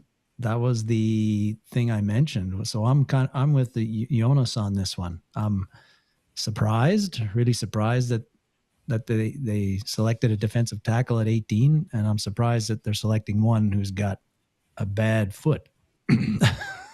Two bad feet. He's broken twice, and I think, not that it matters, I guess, but the Vikings are going to get hammered for this selection. People are going to hate it. They're going to get a thumbs, like a D- for their first round draft.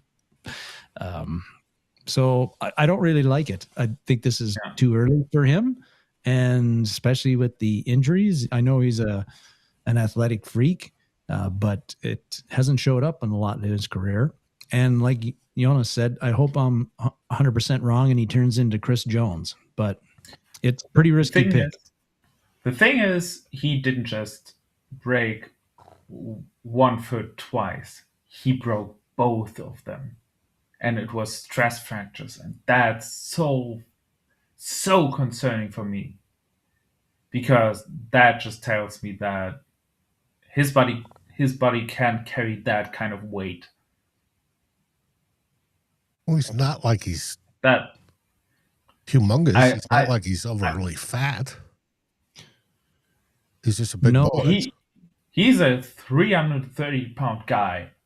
If a guy that big has stress fractures in both of his feet, that got me worried. There's no way around that. Yeah, Eagles traded with the Cowboys. Oh, wow!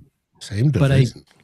But it's not the same sport and everything. And like if you want to look at things on the bright side, Joel Embiid, who I'm a basketball fan, and the 76ers are my team, and Joel Embiid broke his foot twice, and he sat out 2 years after he got drafted because of it, but he's never had any issues with his foot since. Lots of other issues, knee, broken nose. Now he just had an appendectomy, but he hasn't had any issues with his feet. So maybe this will work out just fine. But I'm worried too because you're number 18 other overall pick, and you want them to be available, and he's not going to be ready to do on the field work, I think, until June. Right. I believe that's what I read. So he's going to be behind the 8 ball, being a rookie who's already behind the 8 ball. Right. Panthers select offensive tackle Monroe Freeling, by the way. Mm. And this is almost what did the flaw that go ahead, Jonas.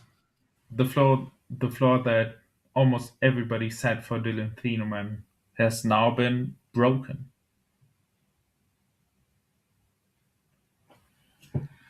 Are you telling me that the Eagles grabbed him? No. He hasn't been picked. Because we just thought, pretty much everybody thought that Thieneman's floor would be the Panthers at 19, and they went another direction. Oh, damn. The Eagles traded up for Mekhi Lemon. Yeah, that's Howie Roseman for you. Well, that tells you all you need. I think that's bye-bye AJ Brown, likely, if it wasn't already. But that should have been us.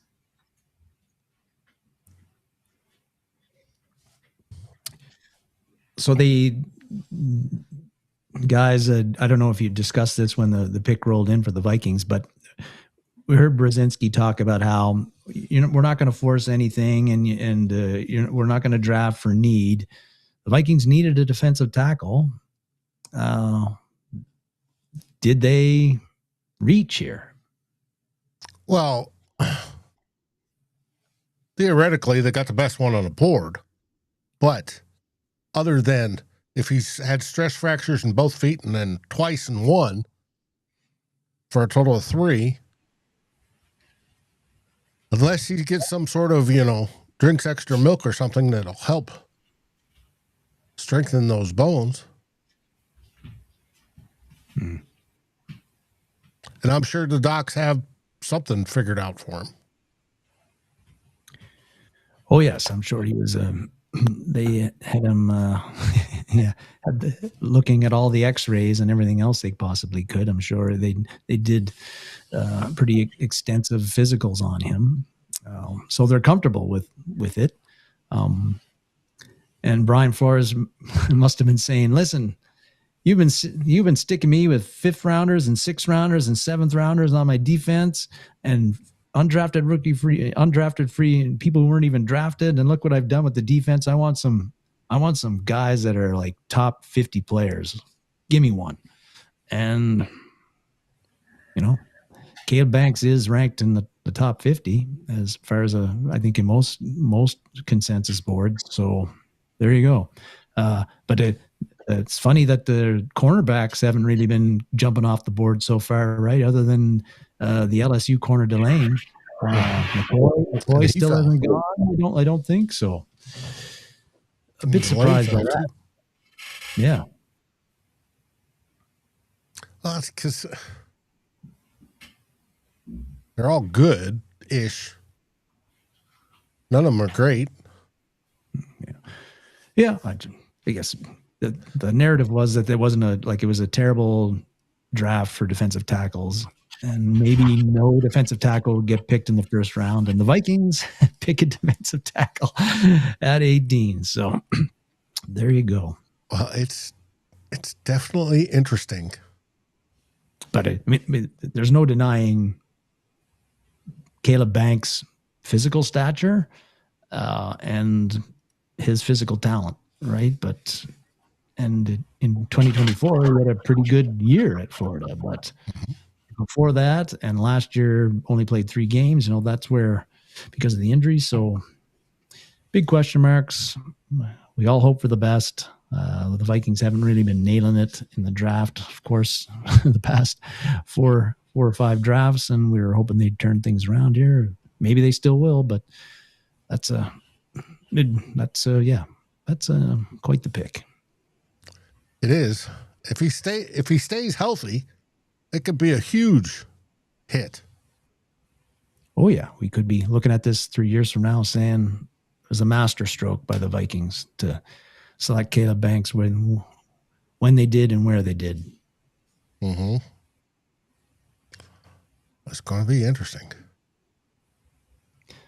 Because from what I got from his skills, he'll be better than like Fat Pat or Jerry Ball for sure.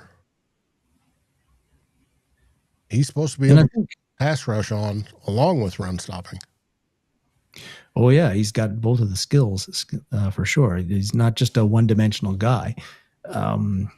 And again, with the glass half full view, Dave and Jonas, I think with our coaching staff, our defensive line coach right now, they've been able to get Jalen Redmond, whether that was all Redmond or partly coaching or however, they've been able to get Jalen Redmond to do things that nobody thought Jalen Redmond could do at the NFL level.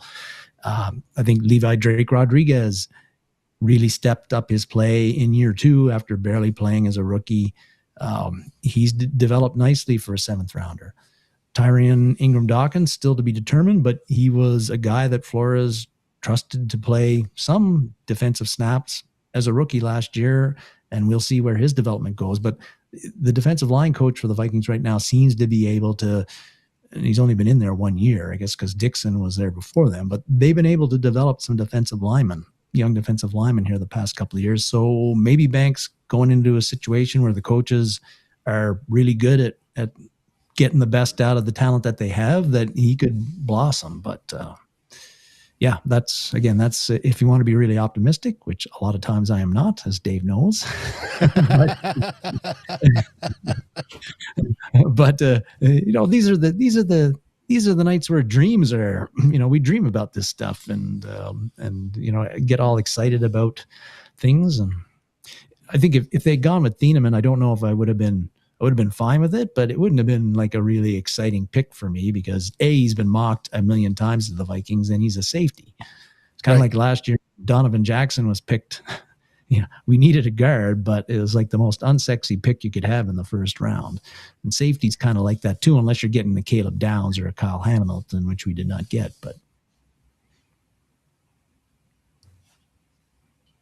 And I would have liked to get on the clock. I would have liked to have gotten Mekhi Lemon at 18 too. Yes. And I wonder if Sadiq doesn't go to the Jets, and the Lions certainly weren't taking him. What happens there? Right. But we never found out.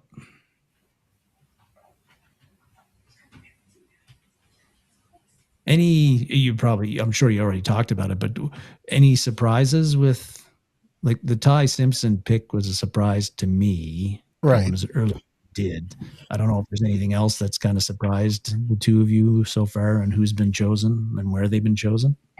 Well, the third pick was surprising. Jeremiah Love, as good as he is, but that was a dumb one. Trade up by the Cards, who should have waste their picks. Mm-hmm. I was surprised that Ruben Bain fell this far. Like, I could have seen him fall like slightly out of the top 10, but 15 is a bit low for what I expected. Caleb Downs to 11. Should have seen that coming. I'm a bit surprised that Dylan Thieneman is still there. Besides the Vikings not picking him, but I definitely would have expected the Panthers to pick him up at 19 if the Vikings pass. That's mostly it. Sonny Styles making it to 7. Sonny. Although I think it's still reasonable. On par, especially since he is an off-ball linebacker. So that could have been expected. Ave Reese, to the Giants is surprising to me, especially because the Giants didn't really need an edge rusher, like at all. They have 3 really good guys there already. So, I mean, scooping up value there, and Kayvon Thibodeau is going to be a free agent after the season. But yeah. Well, some people had Arvell Reese as the number 1 prospect overall. So if you're sitting there at 5 and he's still there, I think maybe even if you had 10 edge rushers, you might take him. I don't know, but yeah, sure. And that's edge rusher. Edge rusher is like the one position where redundancy really isn't a thing, because you rotate them anyway, and if you have like 3 or 4 premier pass rushers, you can do so much with it. So a bit surprising, but made sense. Mm-hmm. So is Bernard getting traded or what? Probably be tomorrow.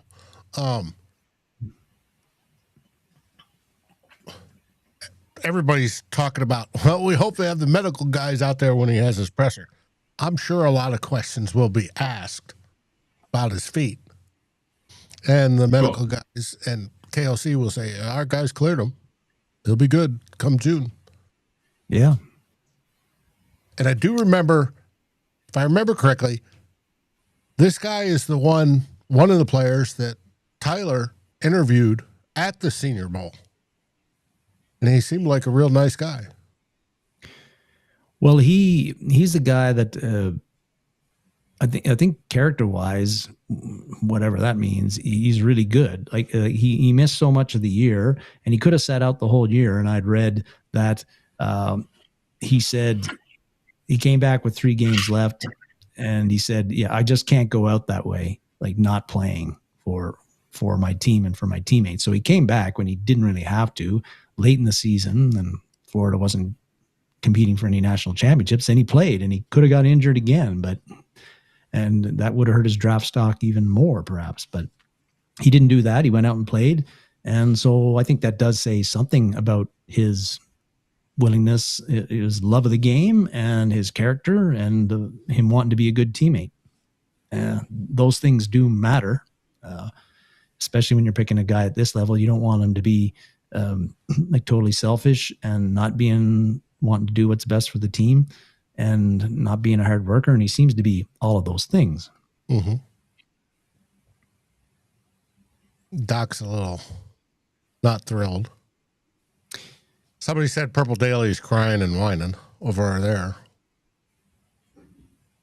They're appreciating it. Blame them. Tyler is enthusiastic about it, which he is, obviously. It's his boy. He watched him. He's a Florida guy. I'm sure he got the lowdown on Caleb Banks for sure. But I would imagine tomorrow or even tonight, when Kuiper and the folks put out their grades for whatever it's worth, which isn't much. Like I said, I think the Vikings are going to get pretty low grades for picking Banks where they did, considering the health issues and the fact he barely played this year and that sort of thing. Yeah, but we know everybody's grades after the draft are generally C's or above, and they mean diddly squat 3 years from now. Absolutely. Teams that get, oh man, they had a great draft. We got Mays, and then 3 years, from now, and we're talking about how nobody from the draft class is still on the team. No, that's true. I just don't think a lot of people are going to look favorably on what the Vikings did tonight with the pick that they had, and when a lot of people feel that way, maybe a lot of people are going to be right. They also might be, a lot of people might be wrong. But Jonas and I feel the same way. Like we're not jumping for joy over this pick. Mm-hmm. Only Tyler. I hope I'm wrong so much, but why worry about his feet? If his feet are healthy, then we've got a gem.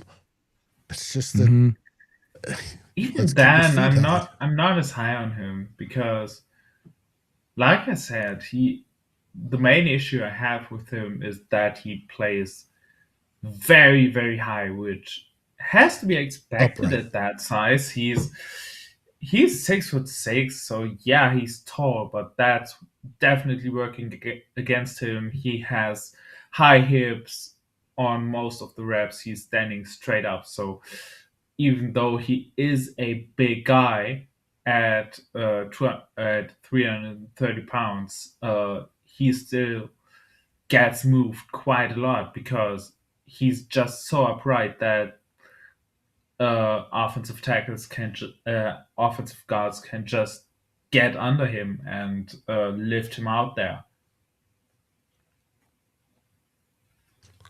Chargers select. Who'd they select? Akeem Mesidor. Before that, Pittsburgh selected Max. Try pronounce whatever. As predicted, a lot of tackles have gone. Well, they figured there'd be a run at a certain point on the tackles.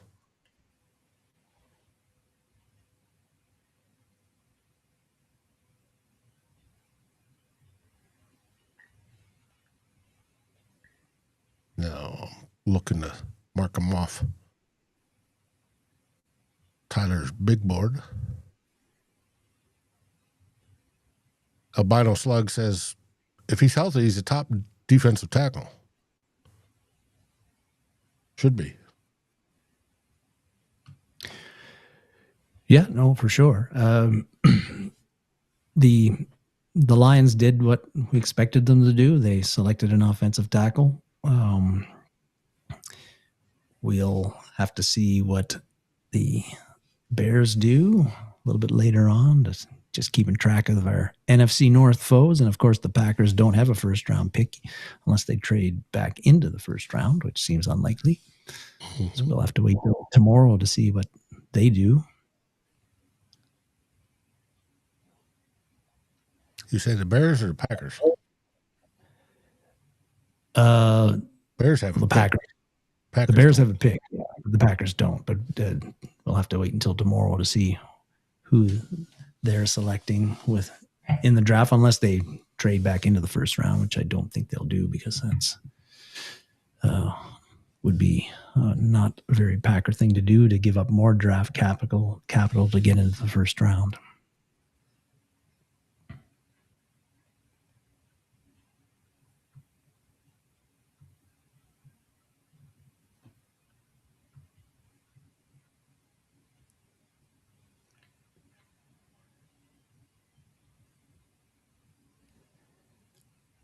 Chuck asked, how old is Banks?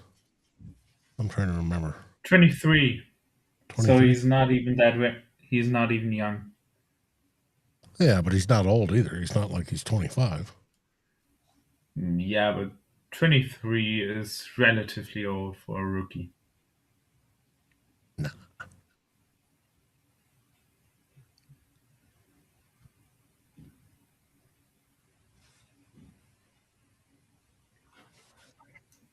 Oh, the Wolves had a very good first quarter against the Nuggets. They are up 25-11 after the first quarter. Good, they needed it.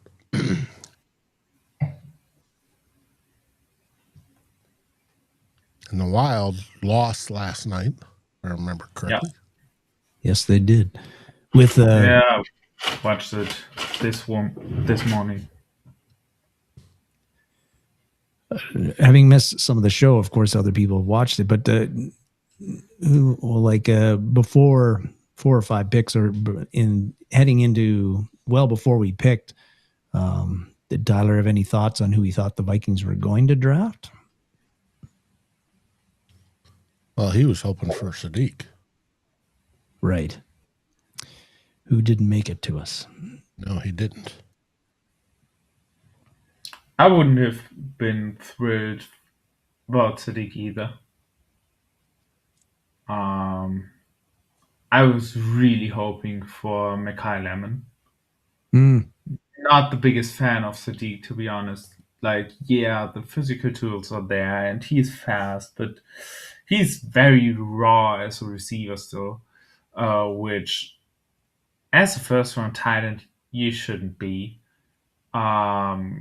Still not a great route runner.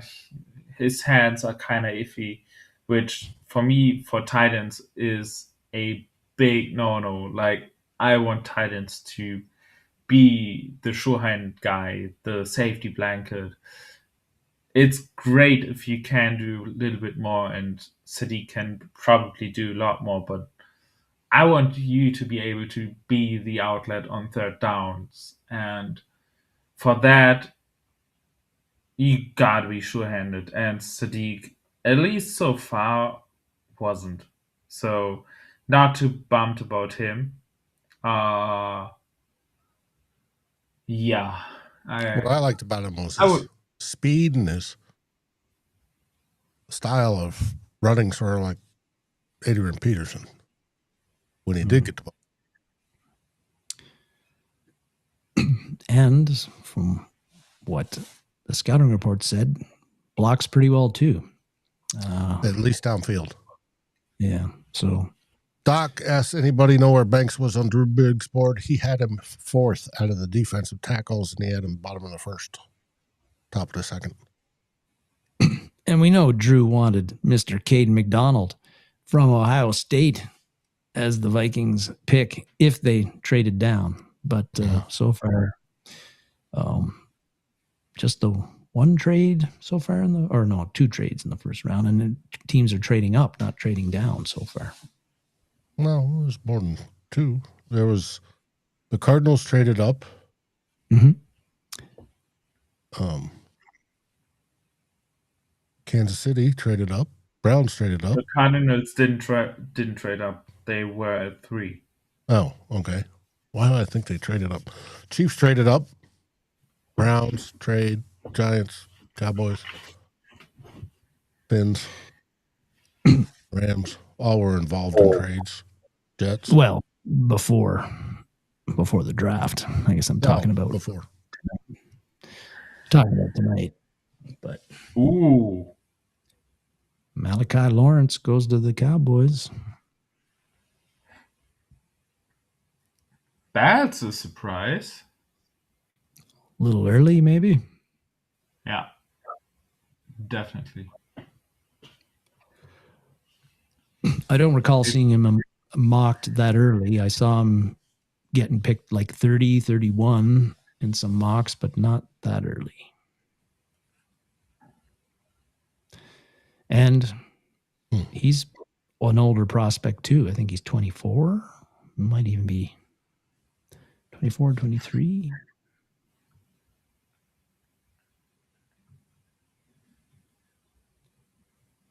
Tyler had him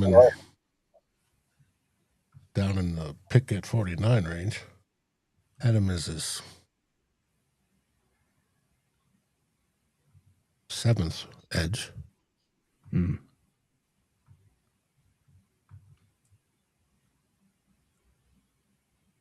Malachi Lawrence, as far as I can see, is the lowest player on the consensus board who has been selected so far. He's at 48. The second lowest player on the consensus board so far is Ty Simpson at 38, and at third you have at 37 Caleb Banks. So not great.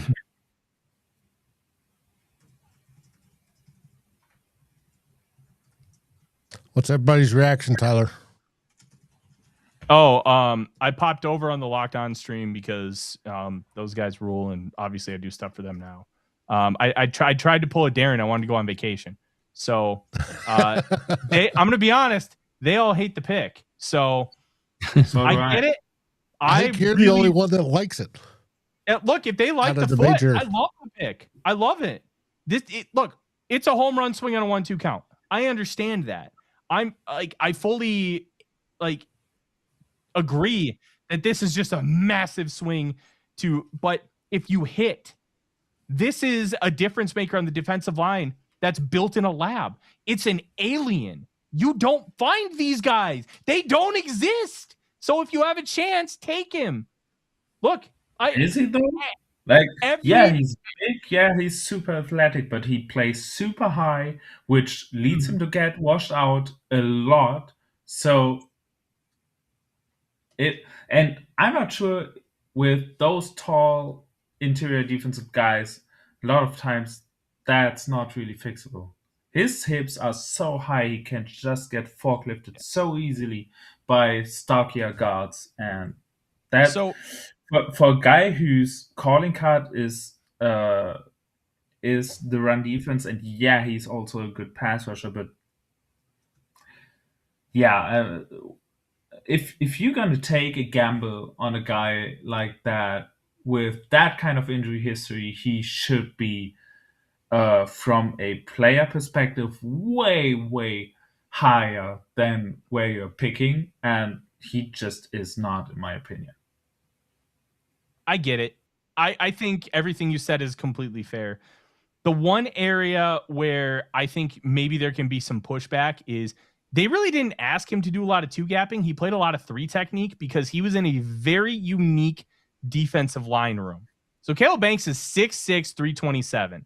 He was in a defensive line room in 2023 with Cam Jackson, who's 6'6", 349, Chris McClellan, who's 6'5", 342, and Desmond Watson, who's 6'5", 421. They asked him to do a lot of three technique kind of stuff and really kick out to like the offensive tackle.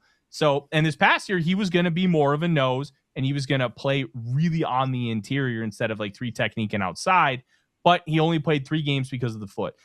Any criticism you have, I think is fair and valid. I'm not saying this is a perfect fit.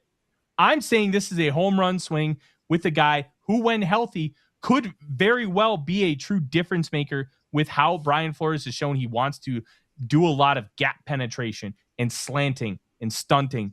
And I think Banks can help maximize a lot of that. He's not going to be like Caden McDonald and just be a steady two-gapper, hold the line.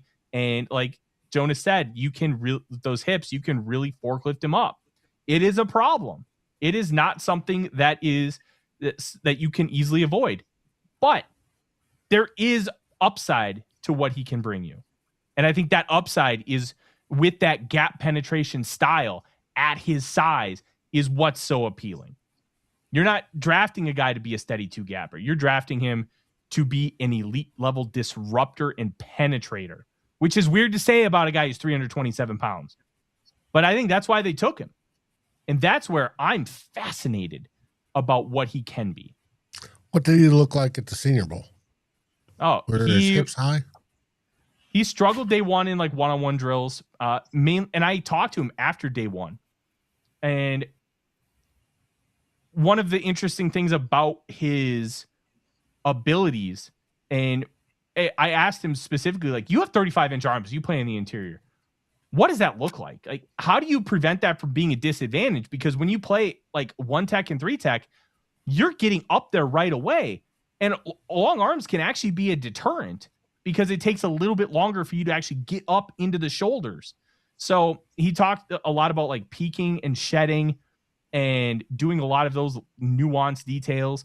Well, when you're doing one-on-one drills, those don't help you. You got to just try and pass rush. You got to try and win with pass rush moves. And then it feels like somebody talked to him after day one. Day 2 and 3, he was arguably the best player in Mobile.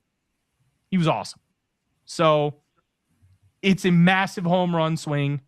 Anybody who doesn't like it, I understand. I respect it. I think Jonas made some excellent points. But I don't think they're drafting him to be a two-gapper. They're drafting him to be a gap penetrator. And at that size, you have to then theoretically commit 2 bodies to him, and that can open up everything else around him. And I think that is where a lot of his value lies. I can't really fight the detractions because they're fair. But it's the upside that I'm so fascinated and intrigued with. I think the biggest argument against the Caleb Banks pick, Dave, is you're not in a position to take an upside bet. And I think that is the one where I think it's the most interesting. Because you're betting on his feet being healthy. And look, he's going to be 100% for probably mandatory minicamp. obviously If he believe that doesn't he's going to be healthy. break his foot again. Yeah. If they trust it, I'm not going to fight them. I'm not sure if I'm going to trust that medical team after last season. Like, their medical team last season lost a lot of trust from me. That's fair. Because they misevaluated so many guys there. The Derisor situation was mishandled badly. Wins. O'Neal probably. Wentz definitely was one.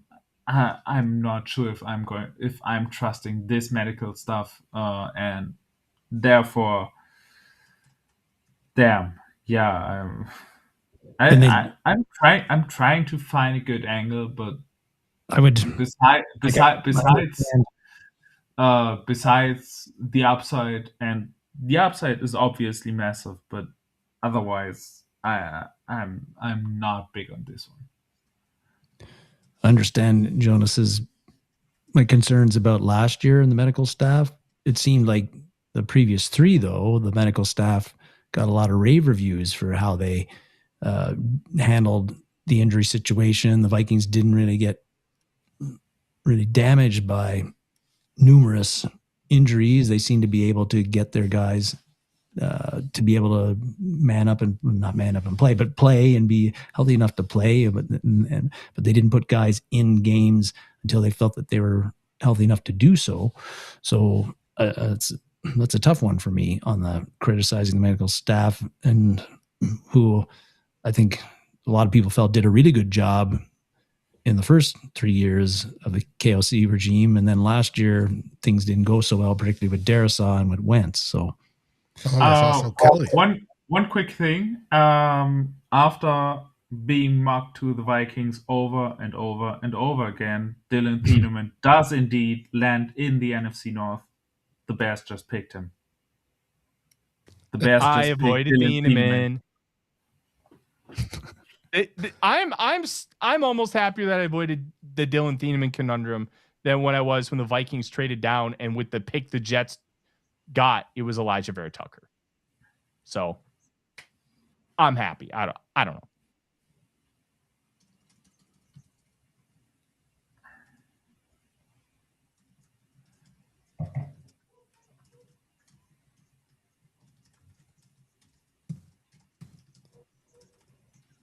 Oh boy. I wonder where McNeil Warren's going to go. That's a great question. Round? Second round? Yeah. I'm sure he's gonna now start saying. I will be back. Okay.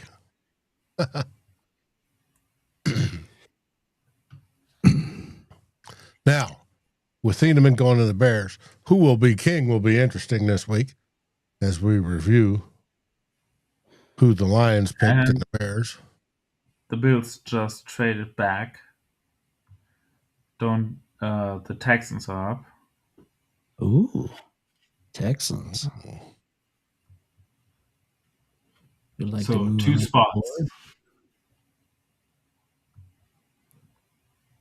Not Yes, sure Biggs. who they Since are. 2022, Probably, yeah. second, third, and fourth rounders, they've only had 6 players on their roster. Maybe they don't know more. So the Bears, they'd signed Kobe Bryant from the Seahawks to be the free safety, but they had somebody named Cam Lewis who is perhaps they're going to be their strong safety. I'm assuming that Thieneman's going to be that the strong safety there. And they did lose Brisker and they did lose Byard, both of their starting safeties last year. So that pick makes sense for them. It does. Now, DFS coach Doug asks, were they missing anybody in the medical staff due to last season, due to the Olympics or stuff like the Olympics? I think the whole medical staff moved before last year, and they had a new one in.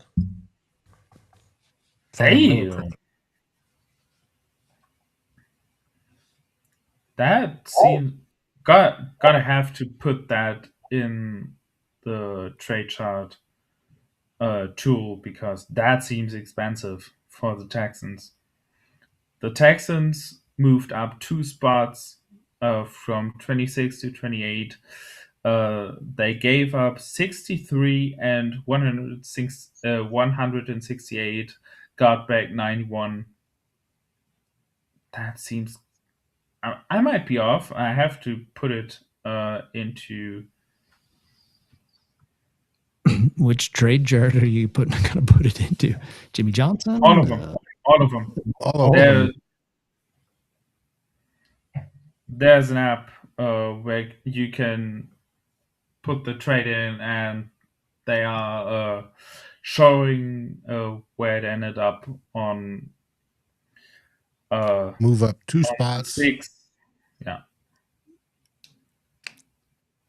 And then basically 69 and 167 for 91.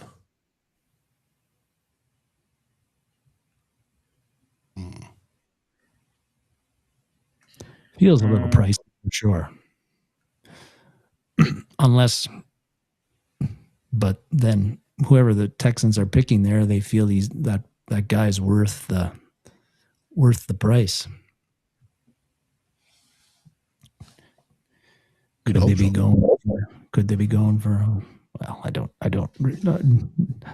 think the Texans need corners, so I don't think they'd be going for McCoy, but that'd be interesting. Probably they'd be looking for, you'd think, offensive lineman. Yeah, that's what I thought. Just put it in the mock draft into the trade chart simulator on the Jimmy Johnson. They all favor the Bills in this one. For on the Jimmy Johnson, it's a late third in favor of the Bills. On Rich Hill, it's an early fourth in favor of the Bills. It's a mid fourth for at the zero chart, mid fourth at the over the cap chart, an early fourth on the PFF chart, and an early fourth on the Baldwin chart. So all of them in favor of the Bills on that one, and pretty handily. Yeah, a little bit risky for the Bills in a way, though, because they moved down to one of their needs is wide receiver, I think. So the Arizona State guy's gone. Mekhi Lemon's gone. Concepcion just went a couple of picks ago. Yeah. And then San Francisco needs a wide receiver, but they're behind them now. So and the Texans just selected Kalen Rutledge, who wasn't the guy who was marked that high. So it makes it even more interesting that they traded up for the guy. Pretty expensive move. Let's see where Rutledge is on the consensus board. I don't think it's top 32, to be honest. I don't think so either, but I heard that he's been moving up. He might be. He might now be the lowest guy on the consensus board. Was Malachi Lawrence so far? And he is 59th on the consensus board. Yeah, that's the lowest one that has been selected so far. And then the Dolphins trade. They probably could have gotten the guy to move up at 28, and it still probably would have been a reach. And they moved up for him. Well, I like him a lot. I'd heard Rutledge was moving up on draft boards. So.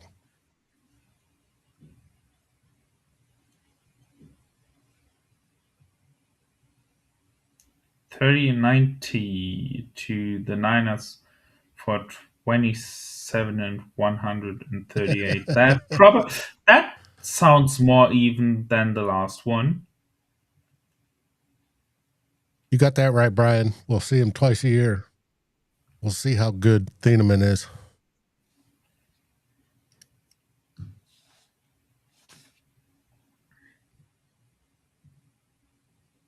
And hopefully, Mr. Go Bears. We'll be seeing Caleb Banks more often than that Yeah. in his face. I can't, with all the mock drafts, which don't mean anything, that you watch or that you read from January and when the season's over until now. I know, Banks was certainly mocked to the Vikings, I think 2 or 3 times, but that was in January that I saw. I didn't see him mocked to the Vikings at all after January. And again, doesn't mean anything because the people doing the mocks don't know what the Vikings are thinking, but sometimes the conventional wisdom does turn out to be correct. In this case, not even close. Mm-hmm. Catch you later, Doug. Thank you for joining us.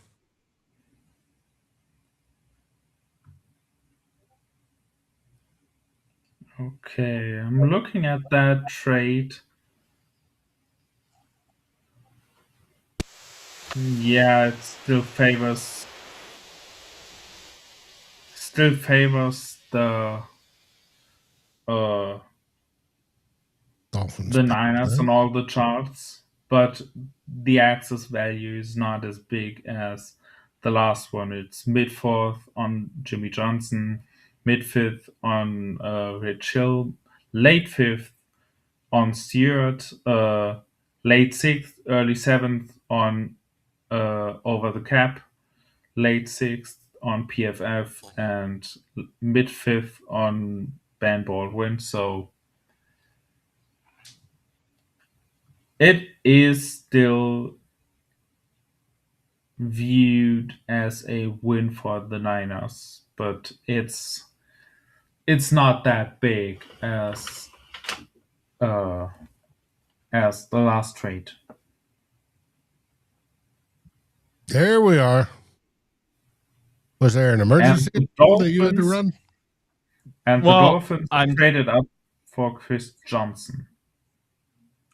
I did have to pee, so that was part of it. Oh, that's fine. But I'm still doing my work stuff. Yeah, having to write while doing this live stream is You're good at it. I try my best. I'm a psycho degenerate, and I mean that in an incredibly positive manner. Did you see who got Thieneman? You know what? I think it can work there, but it's I'm just glad the Vikings didn't use the first rounder on him.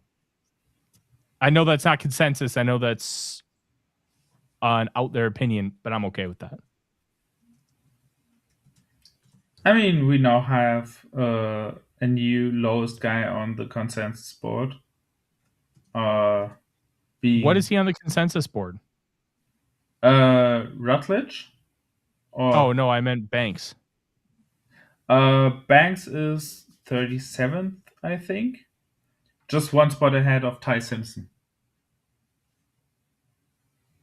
37 makes sense with the injury. I think he would have been around like 15 to 20 without it. He's, I think, the 4th or 5th lowest player selected so far. You have Ty Simpson right behind him. Then you got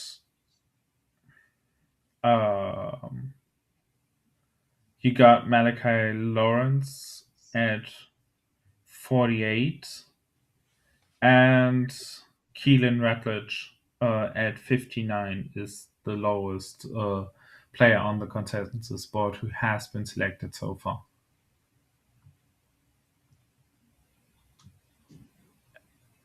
Yes, Daniel, it has sort of been a crazy night so far.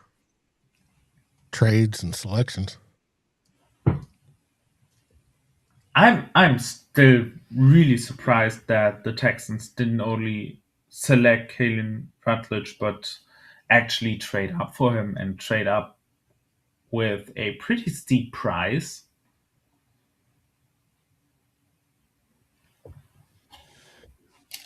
So, probably a question for everybody, but Tyler interested. Okay, we got 18 out of the way for the Vikings. We know who they picked. Mm-hmm.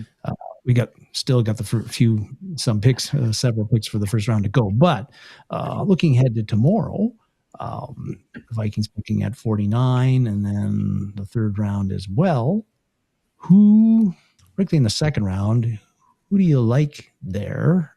And defensive tackle has been off the board as on your to-do list, at least early on. Who do you like at 49? That's a great question. Taking a look at the board at 49, it's not something I would have necessarily expected. I'll tell you that. The best player available on my personal big board, as I'm kind of looking, is Avion Terrell at 16. Being that he's a corner that and a smaller one with some soft tissue injury, I could maybe see that. The Bills traded back again. There's questioning whether they would. They need assets in this class. They need picks. Because that stupid DJ Moore trade, but alas.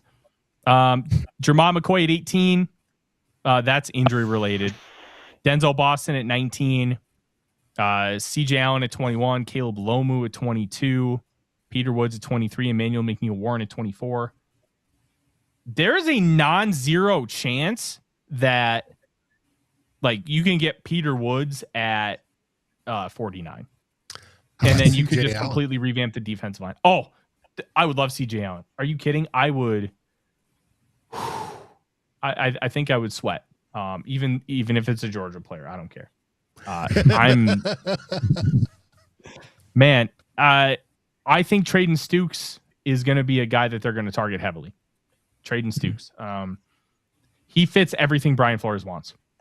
This is a Brian Flores kind of player. Experienced, older, high football IQ, incredibly athletic and versatile. I think Traden Stukes is going to be the guy. The guy. Yeah. I would love him. Wide receiver, I think, is going to be a really good one for the Vikings. I was about to say, KOC is probably going to go, you got one, I get one. You get one, I get one. Sort of type it's deal. Possible, but Brzezinski, break the tie. Uh-huh. I wouldn't be mad about another defensive pick because as good as the defense was last year, you lost a lot of starters. Safety should be a thought. Same with linebacker. Edge rusher, if you trade Grenard tomorrow, which the Dolphins took Mekhi Lemon, which one signifies that A.J. Brown is being traded. Two, the last time that they traded up with the Dallas Cowboys was for Devonta Smith. So very interesting little detail there. I like a lot of the players that are on the board. Some really good edge rushers. Keldrick Falk is still available. I'm very surprised by that. Caleb Lomu, by the way, left tackle, is going to the Patriots. They gave up a 4th round pick to go up and get him. One of the lowest.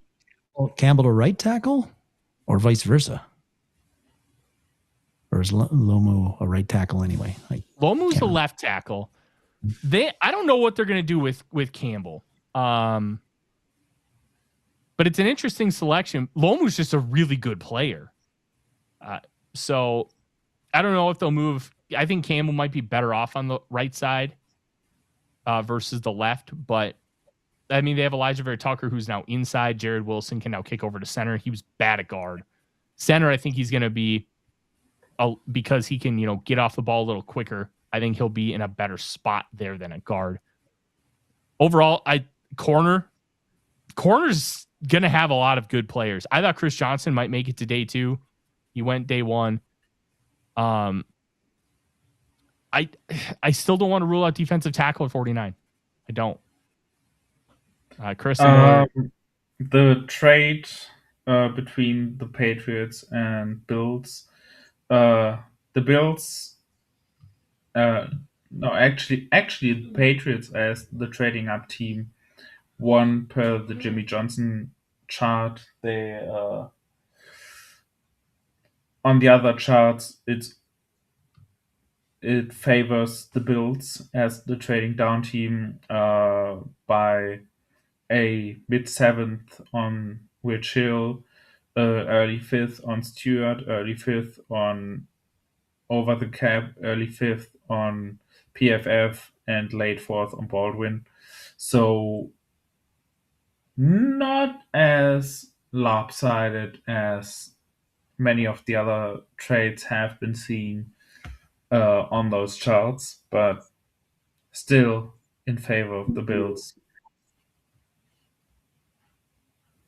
Kansas City took Peter Woods. Kansas City took Woods, huh? Uh-huh. Okay. I wonder if they're going to play him at edge. They like big edges. And Woods, some of Woods' best reps came when he played on the edge.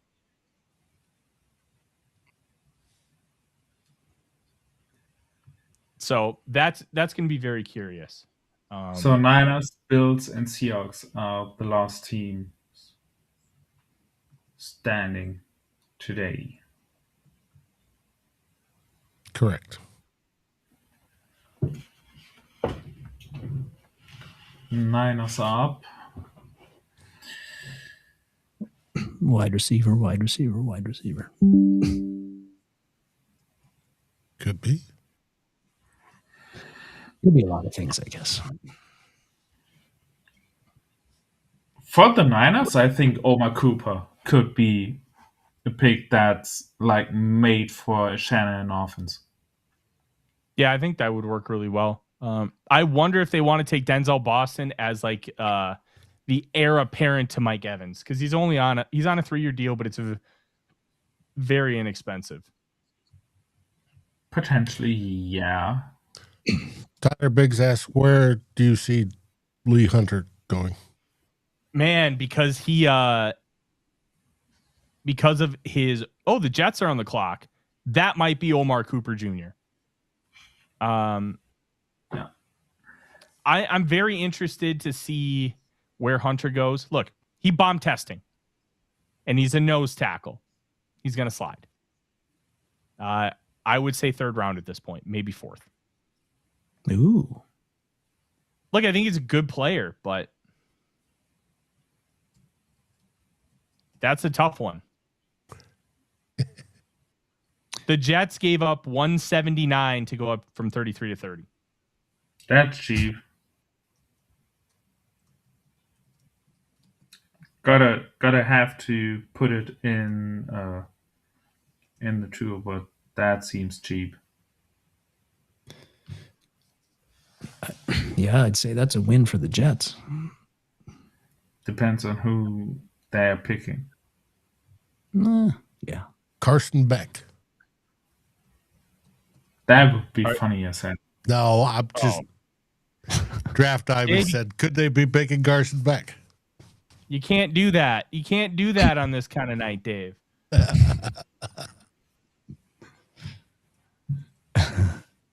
thought it was funny.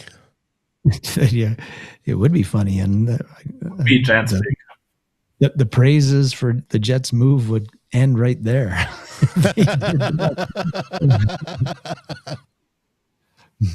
But it would be so New York. Yeah.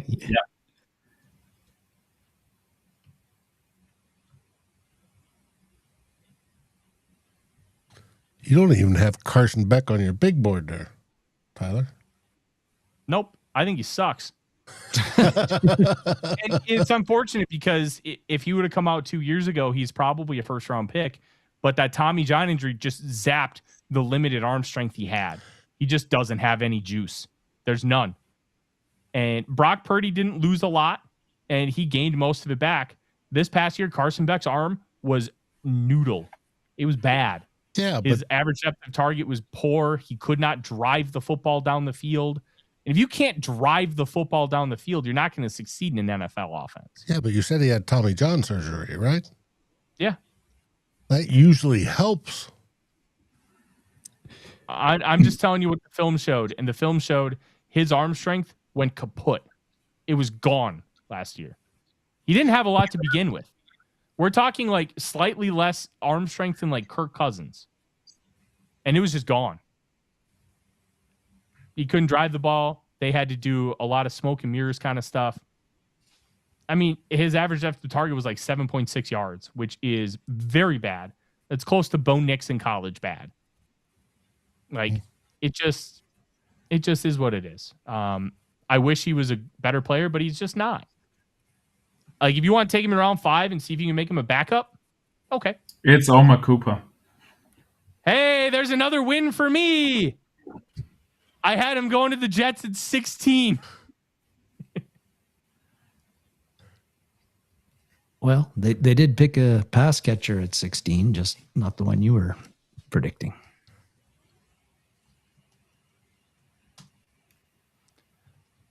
Oh, we got 2 picks left. Who? The Bills are on the clock, and then the Seahawks. I think the Seahawks will trade out. Wouldn't be surprised if the Vikings ended up selecting, or maybe tried to make a trade if they love a guy. Seahawks are desperate to get out and get picks. You probably have to give up a bunch, but we should be keeping picks, shouldn't we? Oh no! I agree. Good. I'm just speculating. Yeah. Oh, what if they traded up to get? They wouldn't have to. Jadarian Price or something like that. Did you guys just watch the film of Woods getting notified, all happy with his family and friends? Nope. He was wearing It's on my screen right now. Kelly green suit, and everybody else is wearing white. It's strange. That's Very strange. That's interesting. There's a reason for it. I just don't know.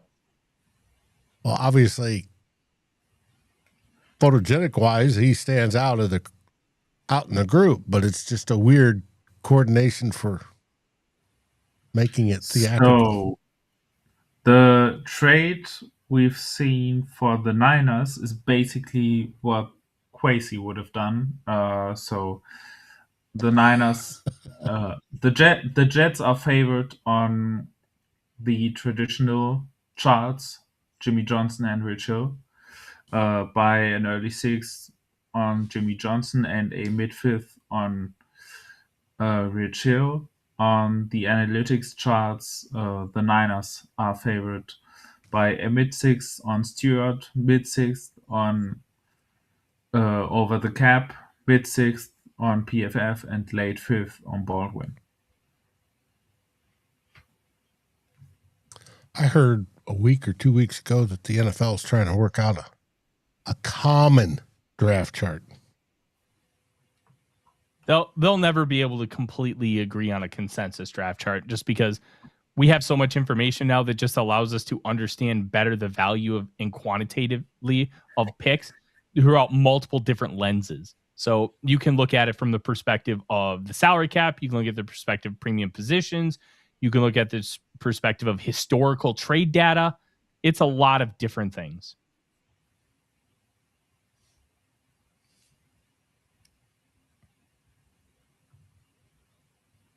So like one specific trade chart is going to be incredibly difficult to like come to like some kind of consensus. Because you'd have to weight it different for different positions. Titans are on the clock. They traded up with Seattle. Oh no, with the Bills. The Bills pulling a Rick Spielman. Bills fans are pissed here. They're just like, when are we going to get the pick? Come on, stop this bean. Not today. Not today. Not today. The Sabres aren't even playing tonight. Oh, what are they waiting for? Wow. Dave, with the common chart, like what would be the NFL's rationale for wanting to put that out? Did you see anything about that? Just By the so way, there wasn't so much variance. off topic, on at halftime, the Wolves are leading the Nuggets 61-39. Yes, let's go. I don't have to watch the game now, hopefully, because I have a lot of work to do when we're done here. What work, Tyler? You're just going to say the pick for Banks was great. No, like that's the thing. I'm gonna go back and watch more film. I'm gonna get clips. I'm gonna throw them up on Twitter. I'm gonna write a long form piece tonight. I also have to do a day 2 mock draft for A to Z as well. Look, this is like the Banks pick. I don't disparage anybody who doesn't like it. I really don't, because there's plenty to not like. I'm thrilled with what the idea can be, and I think it can be really freaking good, because he's not a traditional nose, and everything Jonas talked about with how he's a little high hipped and he can get forklifted. You don't draft a guy like Banks to have him be a 2-gapper. You draft a guy like Banks because he's an incredible disruptor. He can shoot gaps. He can get in the backfield and wreak havoc. And then you have your pressure packages with guys like Eric Wilson, Blake Cashman, clean up. That's the idea here. At least from my perspective, that's what you want to do. Okay, the last trade so far, the Bills traded 31, 69, and 165 for 35, 66, and 101. Good trade for the Bills. They well. improved 2 picks to go down a couple spots. And honestly, this is the spot to do it, because there's really going to be no difference between 31 and 36. Mm-hmm.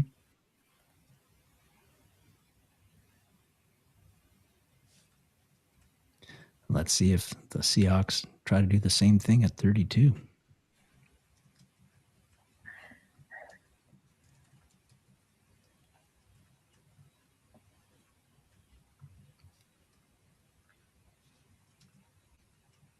Titans select Keldrick Falk.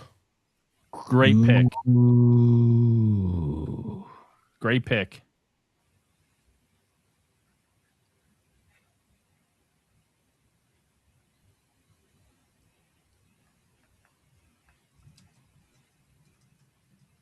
Your number 3 edge. I can just see Mel Kiper talking about great value by the Titans there. I'm not big on Falk. Seems like I'm not big on very many guys in this draft class. I'm actually good with the middle of this draft class. Like, that's fine, but the top is not good. Yeah, it's a really weird, really weird class from a multitude of perspectives. I'm really intrigued by it, but yeah, we'll see what the Vikings end up doing long term. But I don't blame. I don't know. I'm kind of talking out of all sides of my mouth right now. I like where some picks in this class are, but yeah, it's kind of just gross. Biggs talking about trading up 32 for CJ Allen. Oh, I would love CJ Allen.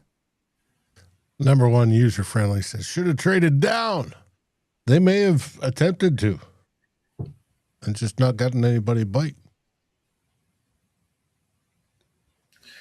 Okay, the trade between Bills and Titans has pretty much every chart agreeing with Tyler that the Bills came out on the better end. Early 6th on Jimmy Johnson, early 6th on Rich Hill, mid 5th on Stewart, late 6th on Over the Cap, early 7th on PFF, and mid 5th on Ben Baldwin. So not much of a margin, but We have Darren. they got everyone. They won on every chart. Well, they traded out of the first round and they now have 11 picks. And they did not have much capital to start the day. And yeah, honestly, really good process by the Bills. They need young talent. Wish the Vikings would have done that. And the the Seahawks just selected running back Jadarian Price. Haha, yes. I wish I would have called that in this mock because I've called that multiple times. Jadarian Price. Oh, I don't get that one.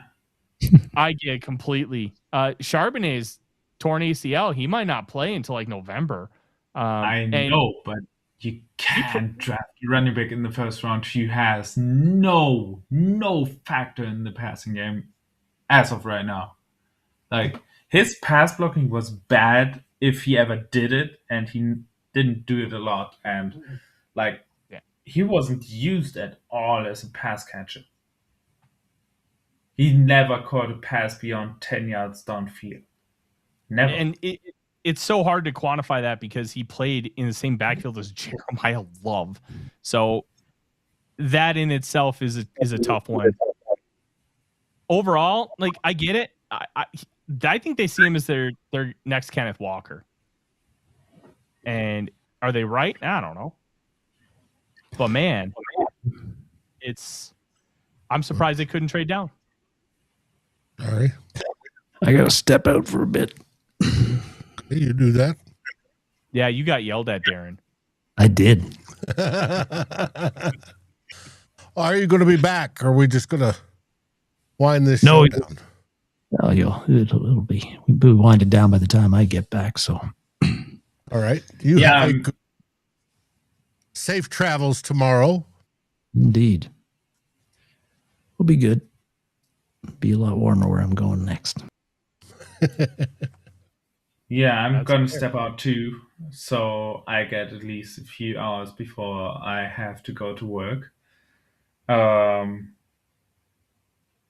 So, yeah, I think I have said pretty much everything that I wanted to say about the Vikings pick, and could have gone better, but let's see. Hopefully, I'm wrong. Yeah, hopefully. We'll find out. Catch you later, Jonas. Bye, Jonas. See you tomorrow. Biggs asked in the chat about tomorrow. So we have 2 shows tomorrow. We're going to be live at noon. We're going to talk about what happened, like a recap of what happened tonight. We'll talk a little bit more about Caleb Banks. And we will also have a conversation about what we project on day 2.